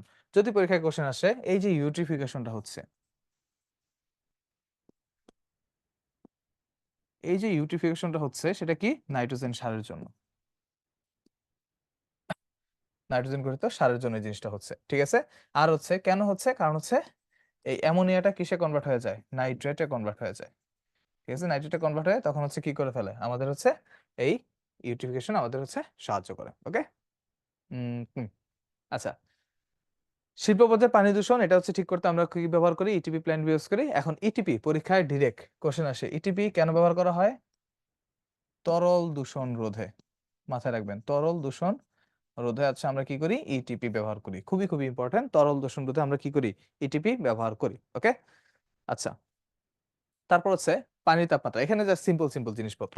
পানির তাপমাত্রা 10°C যখন বেড়ে যাবে তখন পানি দূষণ ঘটে। ধরেন হচ্ছে নরমাল পানির তাপমাত্রা হচ্ছে 25 থেকে 26, এটা যখন 35 থেকে 36 হয়ে যাবে না, তখন কি হয়ে যাবে, পানির দূষণ মাত্রা আস্তে আস্তে বেড়ে যাবে। ওকে, আচ্ছা, এখন পানির প্রাকৃতিক দূষণ, এখন হচ্ছে আর্সেনিক, তারপর হচ্ছে এগুলোর প্রভাব, ঠিক আছে। আমরা একদম লাস্টে যদিও সামারাইজ করবো, কিন্তু আগে হচ্ছে পড়তে থাকি। এই যে আর্সেনিকের বিভিন্ন যৌগ আছে, ঠিক আছে, আর্সেনিকের যৌগগুলো হচ্ছে আমাদের কি প্রচুর পরিমাণ ক্ষতি করে থাকে। এখানে তেমন হচ্ছে আর্সেনিকের খনিজ সালফাইড যে কোনটা থেকে পাওয়া যায়, ঠিক আছে, আপনারা হচ্ছে পড়তে পারেন, নট দ্যাট ইম্পর্টেন্ট, কিন্তু হচ্ছে যেগুলো মাথায় রাখতে হবে, পাইরেটস এর নামটা মনে রাখেন, নিকেল গ্লান্সের কথা মনে রাখেন, ঠিক আছে, খনিজ অক্সাইড আর্সেনোলাইট, ঠিক আছে, এটা মনে রাখেন, ঠিক আছে। এগুলো হচ্ছে মাঝে মধ্যে আপনাদের পরীক্ষার জন্য কাজে লাগতে পারে। ওকে, তেমন বেশি ইম্পর্টেন্ট না। এখন আর্সেনিকের হচ্ছে দুই ধরনের জারণ অবস্থা হয়, ঠিক আছে। আর্সেনিকের দুই ধরনের জারণ অবস্থা হয়, সেটা কি +3 জারণ অবস্থা আর হচ্ছে +5 জারণ অবস্থা, ঠিক আছে। এই যে এখানে থাকার কথা, এখানে কই, এখানে কই, দেয় নাকি, উম না এখানে হচ্ছে দেয় নাই, যদিও একটা জিনিস বলছে, অপদার্থ আর্সেনিক হলো প্রাকৃতিক বিষের রাজা, মনে রাখবেন। এই যে আর্সেনিক, আর্সেনিককে বলা হয় হচ্ছে হোয়াইট পয়জন, হোয়াইট পয়জন, ঠিক আছে, হোয়াইট পয়জন। কারণ হচ্ছে কি, আর্সেনিকটা দেখতে হচ্ছে সাদা সাদা লাগে, আর হচ্ছে এটা কি সুইসাইড করতে হচ্ছে, মানে সুইসাইড না অ্যাকচুয়ালি, মানুষকে ধীরে ধীরে মারে, ঠিক আছে, এটা হচ্ছে ধীরে ধীরে মারে, ধীরে ধীরে মানুষকে মারতে সাহায্য করে। এখন দেখো এই যে আর্সেনিকের যে জারণ অবস্থা করতেছিলাম, যে +3 আর হচ্ছে +5, এর মধ্যে +3 জারণ অবস্থা কি করে, ত্রিজ্যজীব বা +3 জারণ অবস্থা বেশি বিষক্রিয়ার সৃষ্টি করবে। ওকে, তো এখানে কোনো সমস্যা হওয়ার কথা না। এখন দেখেন এই যে আমাদের মাটি, মাটিতে হচ্ছে আর্সেনিকের ঘনত্ব হচ্ছে 5.6 মিলিগ্রাম/কেজি। যখন এটার পরিমাণ বেড়ে যাবে তখন কি আমাদের হচ্ছে আর্সেনিকের পরিমাণটাও বাড়বে। এখন কথা হচ্ছে আর্সেনিকের কিছু কাহিনী আছে। আর্সেনিকের হচ্ছে WHO এর মতে, ঠিক আছে, WHO এর মতে আর্সেনিকের নিরাপদ মাত্রা হচ্ছে একটা, সেটা হচ্ছে কত, সেফটি ভ্যালু হচ্ছে 0.01 মিলিগ্রাম/লিটার, ঠিক আছে, এটা হচ্ছে WHO এর মতে 0.01। কিন্তু কিন্তু হচ্ছে কথা হচ্ছে এই পানীয় জলে এটা হচ্ছে কি কিসের মধ্যে, এটা হচ্ছে নিরাপদ মাত্রা, যে আপনি কতটুকু খাইতে পারবেন, ঠিক আছে। কিন্তু কথা হচ্ছে আর্সেনিকের সর্বোচ্চ সহনশীল মাত্রা, এটা হচ্ছে পানীয় জলে, পানীয় জলের সর্বোচ্চ মাত্রা হচ্ছে 0.01। কিন্তু WHO আরেকটা জিনিস বলছে, সেটা হচ্ছে সর্বোচ্চ সহনশীল মাত্রা, বা হচ্ছে আমরা যেটাকে পড়ছিলাম কি, অলমোস্ট হচ্ছে পানীয় জল হচ্ছে আমি কতটুক পর্যন্ত সহ্য করতে পারবো, ঠিক আছে, এই সহ্যের ক্ষমতা হচ্ছে 0.05 মিলিগ্রাম/লিটার, ঠিক আছে। তার মানে এই জিনিসটা হচ্ছে সর্বোচ্চ সহনশীল মাত্রা, সর্বোচ্চ সহনশীল মাত্রা। সর্বোচ্চ সহনশীল মাত্রা। দেখেন ডাব্লিউএইচ এর মতো পানীয় জলে আর্সেনিকের নিরাপদ মাত্রা, এটা হচ্ছে নিরাপদ। নিরাপদ হচ্ছে কত 0.01 আর সর্বোচ্চ সহনশীল মাত্রা কত 0.05। নিরাপদ মাত্রা সেটা হচ্ছে কত 0.01 আর সর্বোচ্চ সহনশীল মাত্রা কোথায় আছে, সর্বোচ্চ সহনশীল মাত্রা সেটা হচ্ছে 0.05। খুবই খুবই ইম্পর্টেন্ট, খুবই খুবই ইম্পর্টেন্ট। আচ্ছা এই যে নিরাপদ মাত্রা, থ্রেশহোল্ড লিমিটিং ভ্যালু, ঠিক আছে, safety value, threshold limiting value বা হচ্ছে টিএলভি মাথায় রাখেন। বাংলাদেশের পানীয় জলে সেটা হচ্ছে কত, বাংলাদেশের পানীয় জলে সেটা হচ্ছে 0.05। মনে রাখবেন এটা বাংলাদেশের ক্ষেত্রে প্রযোজ্য। বাংলাদেশ, ঠিক আছে। বাংলাদেশের সর্বপ্রথম কোথায় ধরা পড়ছিল, যশোর জেলার শার্শা থানার সমুদ্রগ্রামে বর্তমান হচ্ছে আর্সেনিক দূষণ সবচেয়ে বেশি হচ্ছে কি মারাত্মক হয়ে থাকে। বাংলাদেশের 61টা জেলায় আর্সেনিক দূষণ আছে, বাট 3টা জেলায় নেই, কক্সবাজার, নবাবগঞ্জ, রাজশাহী, ঠিক আছে। কক্সবাজার, নবাবগঞ্জ আর হচ্ছে রাজশাহী বাদে বাকি সবগুলোর ক্ষেত্রে কি আমাদের হচ্ছে আর্সেনিক দূষণ কি হয়, অনেক অনেক বেশি হয়। আর্সেনিকের কারণে কি হয়, ব্ল্যাক ফুট ডিজিজ হয়, মানে হচ্ছে সোজা কথা পায়ের মধ্যে এরকম গুটি গুটি গুটি গুটি গুটি এরকম কালো কালো ছোপ ছোপ দাগ পড়ে, ঠিক আছে, এটাকে আমরা বলি ব্ল্যাক ফুট ডিজিজ। এখন আসেন আর্সেনিকের কারণে হচ্ছে আমাদের কি হয়, আর্সেনিকের কারণে হচ্ছে কি কি সমস্যা হতে পারে, যেটাকে আমরা ক্রনিক বিষক্রিয়া। মনে রাখবেন আর্সেনিক যে দীর্ঘস্থায়ী প্রভাব সেটা হচ্ছে আমরা বলি হচ্ছে সেটার কারণ হয় আর্সেনিকোসিস, আর্সেনোকোসিস, ঠিক আছে। ক্রনিক বিষক্রিয়া আমরা বলছে আর্সেনিকোসিস, সেখান থেকে কি ব্ল্যাক ফুট ডিজিজ বা হচ্ছে অনেক সময় কি ক্যারাটিনাইজেশন হয়, ঠিক আছে। আমরা একটু পরে দেখবো যে সেখানে কি হয়, যে এই জিনিসটা হচ্ছে আর্সেনিকোসিস বলে, তারপর হচ্ছে এখান থেকে কি হতে পারে, এটা হচ্ছে আর্সেনিক, ব্ল্যাক ফুট ডিজিজ, তারপর হচ্ছে কি হতে পারে ক্যারাটিনাইজেশন। ভাই ক্যারাটিনাইজেশন কি, কালো কালো দাগ পড়া, ক্যারাটিনাইজেশন,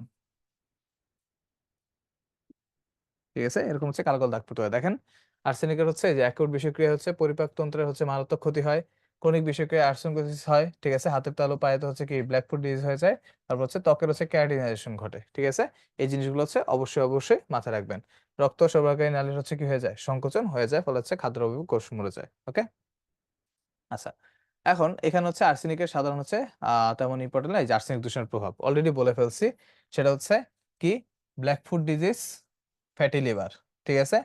তারপর হচ্ছে গর্ভবতী মায়ের হচ্ছে ভ্রূণের ক্ষতি হয়, ঠিক আছে। আর হচ্ছে কি হয়, হচ্ছে ক্যান্সার কোষে বৃদ্ধি পাইতে পারে, ঠিক আছে। তার মানে 3টা জিনিস, ঠিক আছে। একটা হচ্ছে black foot disease, fatty liver, গর্ভবতী মায়ের ভ্রূণ, এমব্রায়ো, ঠিক আছে, আর হচ্ছে আমাদের কি আছে ক্যান্সার কোষ, ঠিক আছে। এই জিনিসটা হচ্ছে মনে রাখবো সোজা কথা, বি সি ই এফ, এটা যদি একটু সাজাই, বি সি ই এফ, এটা মনে রাখবো, ঠিক আছে। এটা দিয়ে কি ভ্রূণের এটা হচ্ছে নরমালি, বি দিয়ে হচ্ছে ব্ল্যাকফুট ডিজিজ, সি দিয়ে কি কার্সিনোজেন, ই দিয়ে হচ্ছে এমব্রায়োর ক্ষতি করে, এফ দিয়ে হচ্ছে কি ফ্যাটি লিভার তৈরি করে, ওকে। বি সি ই এফ লিখে দিই, ব্ল্যাক, সি দিয়ে হচ্ছে কি ক্যান্সার, ই দিয়ে হচ্ছে এমব্রায়ো বা ভ্রূণের ক্ষতি করে, এফ দিয়ে হচ্ছে ফ্যাটি লিভার,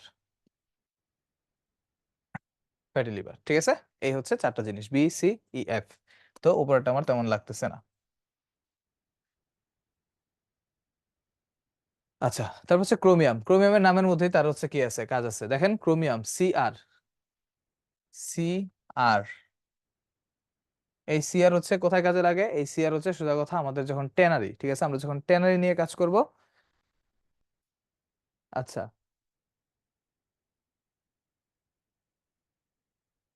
আচ্ছা নূরজাহান বলতেছেন যে ভাই আজকে 2 মিনিটও ব্রেক দিলেন না, কোমর একবারে ধরে গেছে। আচ্ছা প্রায় শেষ, ক্লাস প্রায় শেষের দিকে, ঠিক আছে, টেনশন নেওয়ার কিছু নাই। সাবরিনা বলতেছেন কক্সবাজার আমার শহর, ঠিক আছে সাবরিনা, আমাকে একদিন দাওয়াত দিন, ইনশাল্লাহ আমি কক্সবাজার ঘুরে আসবো, ঠিক আছে, আমার অনেক ঘোরার ইচ্ছা আছে কক্সবাজারে, ওকে। আচ্ছা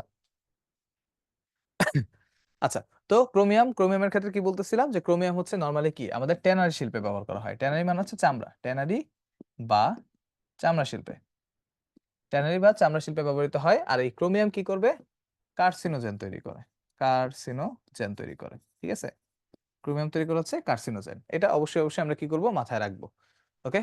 তারপর এই যে ক্রোমিয়াম অলরেডি বলে ফেলছি যে আমাদের হচ্ছে কি অসাধু ব্যবসায়ীরা হচ্ছে কি করতেছে, এই যে ট্যানারি শিল্প হচ্ছে আমরা বললাম না, সাথে হচ্ছে কি আমাদের হচ্ছে পোল্ট্রি, পোল্ট্রি ফিডে হচ্ছে কি এই জিনিসটা ইউজ করা হচ্ছে, পোল্ট্রি ফিড মানে মুরগির খাদ্য, মুরগির খাদ্য ক্রোমিয়াম ইউজ করা হচ্ছে, ফলস্বরূপ এই জিনিসটা কি কার্সিনোজেন তৈরি করতেছে, কার্সিনোজেন তৈরি করতেছে, ঠিক আছে। দেখেন দেখে ক্রোমিয়াম দূষণ হচ্ছে এই জিনিসটা হয় ক্রোমিয়াম 6, ক্যান্সার সৃষ্টিকারী কার্সিনোজেন হিসেবে গণ্য, যেটা আমি অলরেডি বলে ফেলছি। ওকে, ক্রোমিয়াম 3 এর চেয়ে ক্রোমিয়াম 6 এর বিষক্রিয়া মারাত্মক, আর্সেনিক 3 বেশি মারাত্মক, ক্রোমিয়াম 6 বেশি মারাত্মক। কি ছিল? আর্সেনিকের 3 অবস্থা বেশি মারাত্মক আর ক্রোমিয়ামের কোন অবস্থা মারাত্মক? 6 বেশি মারাত্মক। ঠিক আছে, এটা হচ্ছে অবশ্যই অবশ্যই আমরা মাথায় রাখবো। ক্রোমিয়াম 3+ কি করবে? লৌহ শোষণে বাধা দিবে। লৌহ শোষণে বাধা দিলে কি হবে? অ্যানিমিয়া হবে, রক্ত শূন্যতা হবে। ঠিক আছে, তার মানে আরেকটা পাইলাম, ক্রোমিয়াম হচ্ছে কি করে? রক্ত শূন্যতা করে। অবশ্যই অবশ্যই মনে রাখবেন। আচ্ছা, তো এই জিনিসগুলো হচ্ছে আমাদের পড়া শেষ। এখন হচ্ছে লেড। লেডের খুবই খুবই খুবই খুবই ইম্পর্টেন্ট কাজ আছে। ঠিক আছে, লেড হচ্ছে কি? Lead storage battery. লেডের পরিমাণ হচ্ছে 50 ppb এর বেশি হলে লেডের বিষক্রিয়া দেখা দেয়। এখন কথা হচ্ছে লেড ভাই কি করে? লেড হচ্ছে মনে রাখবেন ওই যে ক্রোমিয়াম কি করছিল? ক্রোমিয়ামে দেখেন এই যে কার্সিনোজেন বলছিলাম না? সি দিয়ে হচ্ছে কার্সিনোজেন আর আর দিয়ে হচ্ছে আমাদের কি করবে? আমাদের হচ্ছে আরবিসির পরিমাণ কমাই দিবে। আরবিসি কমাই দিবে, ফলে কি? রক্ত শূন্যতা। রক্ত শূন্যতা আমাদের কি করবে? দেখা দিবে। কার্সিনোজেন আর হচ্ছে রক্ত শূন্যতা। এখন এটা গেল লেডের ক্ষেত্রে। লেডের ক্ষেত্রে কি হবে? চিন্তা করেন, লেড লেড হচ্ছে দাঁতের মাড়ি নীলাভ করবে। ঠিক আছে, ক্রোমিয়ামের মতো সেম রক্ত শূন্যতা করবে। তারপর শিশুর বুদ্ধিবৃত্তি বা আইকিউ হ্রাস পাবে, খুবই খুবই ইম্পর্টেন্ট। ঠিক আছে, আইকিউ হ্রাস কেন পায়? সেটা হচ্ছে লেডের কারণে আমাদের আইকিউটা হ্রাস পায়। অবশ্যই অবশ্যই মাথায় রাখবো আমরা। দাঁতের মাড়ি নীলাভ হয় এবং কি হয়? আইকিউ হ্রাস পায়। ক্যাডমিয়াম। ক্যাডমিয়াম এই লোক খুবই খারাপ। সে কাকে প্রতিস্থাপিত করে? ক্যাডমিয়ামকে সুন্দর করে ধাক্কা দিয়ে ক্যালসিয়ামকে প্রতিস্থাপিত করে। ঠিক আছে, তো এই যে প্রতিস্থাপনটা করলো, চিন্তা করেন তো, প্রতিস্থাপন করলে কি হলো? ক্যালসিয়াম আমাদের কোথায় থাকে? অস্থির মধ্যে থাকে না? তার মানে এই যে ক্যাডমিয়াম আছে, যখন সে কি করবে? অস্থির মধ্যে যাবে, অস্থির মধ্যে যাওয়ার পর ক্যালসিয়ামটা প্রতিস্থাপন করে দেবে, নিজে ওই জায়গা দখল করে, ফলস্বরূপ অস্থি কি হবে? এরকম ভাঙে পড়ে যাবে। ঠিক আছে, দেখেন এইসব কথাবার্তাই বলবে। এই যে ক্যাডমিয়াম হচ্ছে 200 মতো হচ্ছে লিথাল ডোজ হচ্ছে কত? 1 গ্রাম, মানে বেশ বেশি পরিমাণে থাকতে পারে, তো সমস্যা হওয়ার কথা না। এখন এই ক্যাডমিয়ামের কণিক বিষক্রিয়া কি হয়? আমাদের হচ্ছে অস্টিওপোরোসিস। কারণ কি? এই যে প্রতিস্থাপন করলো, তার মানে কি? ক্যালসিয়াম লেভেলটা কমে গেল না? ক্যাডমিয়াম লেভেল বেড়ে গেল, ক্যাডমিয়াম বেড়ে ক্যালসিয়াম কমাই দিল, ফলস্বরূপ কি হবে? আমাদের অস্থির রোগ হবে। অস্থির রোগ হবে, সেটা হচ্ছে অস্টিওপোরোসিস। দেখেন, অস্টিওপোরোসিস হয়ে অস্থি ভঙ্গুর হয়ে যায়, অল্প আঘাত পেলে কি হয়ে যায়? অস্থি ভেঙে যায়। ঠিক আছে, আরেকটা রোগ হয়, সেটা হচ্ছে কি? অস্থিসন্ধির একটা রোগ হয়, সেটা হচ্ছে কি? এটা বলা হয় ইটাই ইটাই বা আউচ আউচ। আমরা যেমন ব্যথা পেলে কি বলি? আউচ, ব্যথা পাইছি না?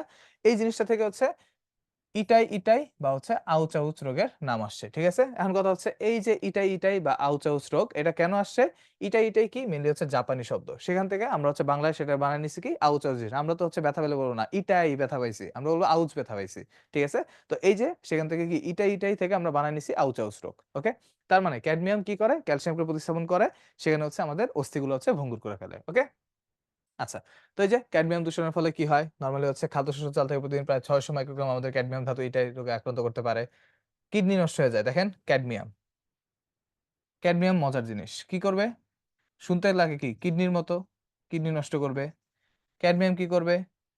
ক্যালসিয়াম লেভেলটা হচ্ছে কমায় দিবে। দেখেন cadmium, calcium, cadmium, kidney. Symbol না? তো কঠিন কি কিছু আছে? না, কঠিন তেমন কিছু নাই। ওকে? আচ্ছা, এখানে হচ্ছে মোটামুটি জেনে নেওয়া বলা আছে। আর্সেনিকের কারণে ব্ল্যাক ফুট ডিজিজ, কালো দাগ তৈরি হয়। ক্রোমিয়াম কি করবে? রক্ত শূন্যতা। ঠিক আছে, মনে আছে? এখন আমি জিনিসগুলো হচ্ছে একটু সামারাইজ করি। আর্সেনিকের ক্ষেত্রে কি ছিল? বি, সি, ই, এফ। ঠিক আছে, ক্রোমিয়ামের ক্ষেত্রে কি ছিল? সি দিয়ে হচ্ছে কি?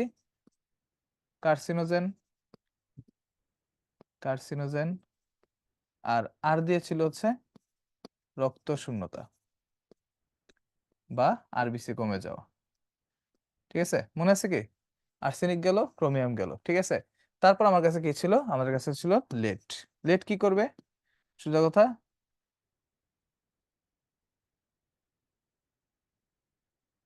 নীলাভ মারি। ঠিক আছে, আর মেইনলি হচ্ছে আইকিউ, এই দুইটা মনে রাখবেন। আইকিউ হ্রাস পায়। ক্যাডমিয়াম, ক্যাডমিয়াম নাম থেকে বুঝতেছি কিডনি, আর ক্যাডমিয়াম কি করবে? ক্যালসিয়াম লেভেল কমাই দিবে। ঠিক আছে, দেখেন তো এই জিনিসগুলো এখানে আছে কিনা? ক্রোমিয়াম কি করবে? হিমোগ্লোবিন কি করবে? রক্ত শূন্যতা সৃষ্টি করবে। লেড কি করবে? হিমোগ্লোবিন তৈরিতে বাধা সৃষ্টি করে, গর্ভবতী মহিলা, তারপর হচ্ছে আইকিউ বুদ্ধিমত্তা হ্রাস পায়। ক্যাডমিয়াম কি করবে? অস্টিওপোরোসিস রোগ করে, ফুসফুসে ক্যান্সার তৈরি করে, আর কিডনিতে পাথর তৈরি করে। ঠিক আছে, দেখেন তো এই জিনিসগুলোই কি হয় আমাদের নরমালি? এই জিনিসগুলো হচ্ছে না? ওকে, আর শরীর থেকে হচ্ছে ক্যাডমিয়ামের কারণে calcium 2 plus zinc 2 plus ion কি হয়? প্রস্রাবের সাথে বের হয়ে যায়। ওকে, এই জিনিস নট দ্যাট ইম্পর্টেন্ট। ঠিক আছে, যে কোনটা দ্রাবক দ্রব হইলে কি উদাহরণ হবে। ঠিক আছে, আপনারা জাস্ট যেগুলো হচ্ছে একটু লেস ইম্পর্টেন্ট সেগুলো কম পড়বেন, যেটা হচ্ছে ইম্পর্টেন্ট সেটা পড়তে পারেন, যে তরল গ্যাস। তরল গ্যাস কি? কার্বনেটেড ওয়াটার মানে হচ্ছে যেগুলো আমরা ড্রিঙ্কস হিসেবে খাই, সেটা হচ্ছে পানিতে কার্বন ডাই অক্সাইড। তার মানে এখানে হচ্ছে কি থাকে, পানির মধ্যে হচ্ছে পানি থাকে হচ্ছে তরল, এখানে কার্বন ডাই অক্সাইড গ্যাসের দ্রবীভূত অবস্থায় থাকে। তো এখানে হচ্ছে তরলটা কি দ্রাবক, দ্রব হচ্ছে গ্যাস, ঠিক আছে। তারপর আমরা হচ্ছে তরল, গ্যাসোলিন, বিভিন্ন ধরনের হাইড্রোকার্বন সব কি তরল তরল, ওকে। তারপর হচ্ছে আমাদের সমুদ্রের লবণ পদার্থ তরল, কঠিন, ঠিক আছে। তো তেমন ইম্পর্টেন্ট কিছু নাই। লাস্টে কঠিন কঠিন ধাতু সংখ্যা, যেমন পিউটার জগ কি দিয়ে তৈরি করা হয়, 96% হচ্ছে টিন, আর 4% হচ্ছে তামা, ঠিক আছে, কপার। তার মানে এই যে পিউটার জগ, টিন আর তামার একটা মিশ্রণ, ওকে। ওকে, বলেন কি হবে আনসার। ওকে সাবরিনা, ইনশাল্লাহ ভাই নিয়ে যাবো, ঠিক আছে, আমি যাবো, ঠিক আছে, আমি অলওয়েজ রেডি, আপনি বলেন, ঠিক আছে, আমি কবে যাব। আচ্ছা বলেন এটার উত্তর কি হবে।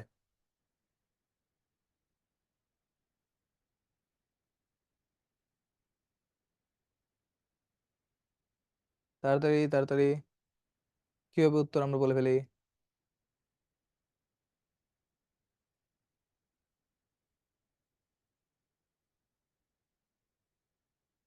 সিওডি এর সর্বোচ্চ মান কত?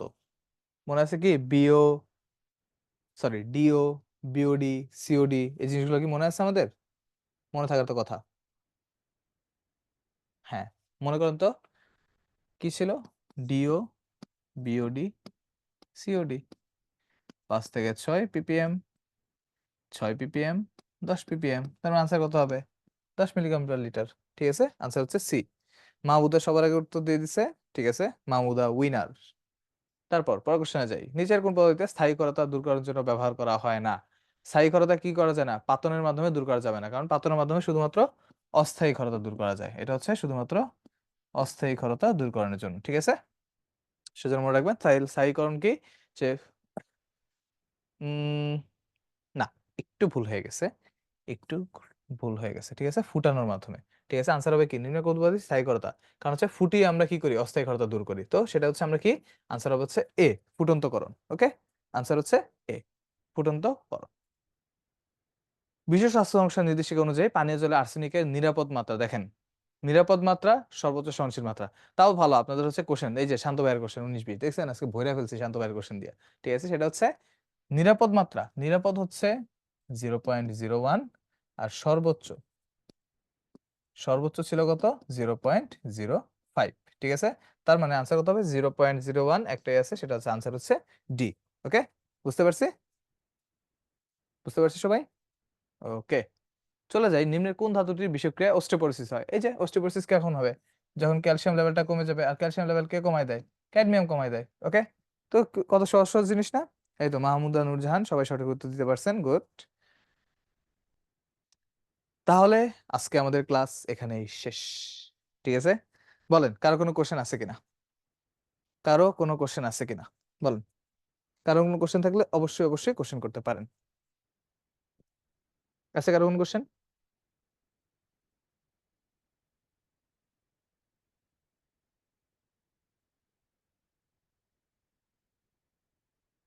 আছে কারো কোনো কোশ্চেন? আচ্ছা যদি কারো কোনো কোশ্চেন না থাকে, তাহলে হচ্ছে আমরা কি করব, আজকের ক্লাস এখানেই শেষ। আচ্ছা উম আচ্ছা মাহমুদ হচ্ছে ভাইয়া যেগুলো স্কিপ করছেন সেগুলো কি ইম্পর্টেন্ট না? ভাইয়া যেগুলো স্কিপ করছে এগুলো একদম লেস ইম্পর্টেন্ট। স্কিপ বলতে আমি কিন্তু তেমন কোনো স্কিপ করি নাই, ঠিক আছে। দাগানো লাইন যেগুলো ছিল মোটামুটি সবই আমরা কি করছি, মোটামুটি সলভ করছি। যেখানে ইম্পর্টেন্ট জিনিসগুলো আছে আমি বারবার হচ্ছে কি করে দিছি, গোলমার্ক করে দেখাই দিছি। আর যেগুলো হচ্ছে একদম ছোটখাটো জিনিস, যেগুলো হচ্ছে ধরেন সমাজের পড়াশোনা, যে পানি দূষণের কারণ কি, বায়ু দূষণের কারণ কি, ঠিক আছে, এই জিনিসগুলো কি করব, এই জিনিসগুলো কি আমাদের মুখস্থ করা লাগবে না, এগুলো জাস্ট আপনারা যখন নর্মালি পড়বেন জাস্ট সিম্পলি কি করবেন, রিডিং দিয়ে যাবেন, ঠিক আছে, এগুলো কিন্তু মুখস্থ করার কিছু নাই, ওকে। আচ্ছা সুরাই বলতেছে ক্লিয়ার, ওকে, ক্লিয়ার। আর বাকি সবাই বলেন যে আমাদের পড়াশোনা আজকে ক্লিয়ার কিনা, সবাই কি চ্যাপ্টার সম্পর্কে। আচ্ছা নূরজাহান বলতেছেন ক্লাসটা এনজয় করলাম বাট কোমরটা শেষ, ঠিক আছে। সমস্যা নাই, কোমরটা শেষ মানে কি একটু অস্থির মনে হয় সমস্যা হতে পারে, একটু ক্যাডমিয়াম মনে হয় বেশি আছে শরীরে না। আচ্ছা, তাহলে হচ্ছে আমরা সবাই বুঝতে পারতেছি, তাহলে হচ্ছে কি আমাদের আজকে হচ্ছে মোটামুটি সবকিছু হোপফুলি ক্লিয়ার হয়ে গেছে। ইনশাল্লাহ হচ্ছে নেক্সট 2 তারিখ, ঠিক আছে? নেক্সট মাসের হচ্ছে 2 তারিখ আমাদের কি এই চ্যাপ্টারটার উপর কি হবে? আমাদের হচ্ছে অনুশীলনী এমসিকিউ সলভ ক্লাস হবে। তো আমরা চেষ্টা করব কি সবাই সেই অনুশীলনী এমসিকিউ সলভ ক্লাসে থাকার জন্য। ঠিক আছে? কারণ কি অনুশীলনী এমসিকিউ সলভ ক্লাস গুলাই হচ্ছে আমাদের জন্য কি অনেক বেশি ইম্পোর্টেন্ট। কারণ কেমিস্ট্রিতে কি এই এমসিকিউ সলভ ক্লাস থেকে কি অনেক পরিমাণ কোশ্চেন আসার পসিবিলিটি আছে। ঠিক আছে? তো ভাইয়া সবাই ভালো থাকবেন, সুস্থ থাকবেন। ইনশাআল্লাহ হচ্ছে কি আপনার সাথে আবার দেখা হবে।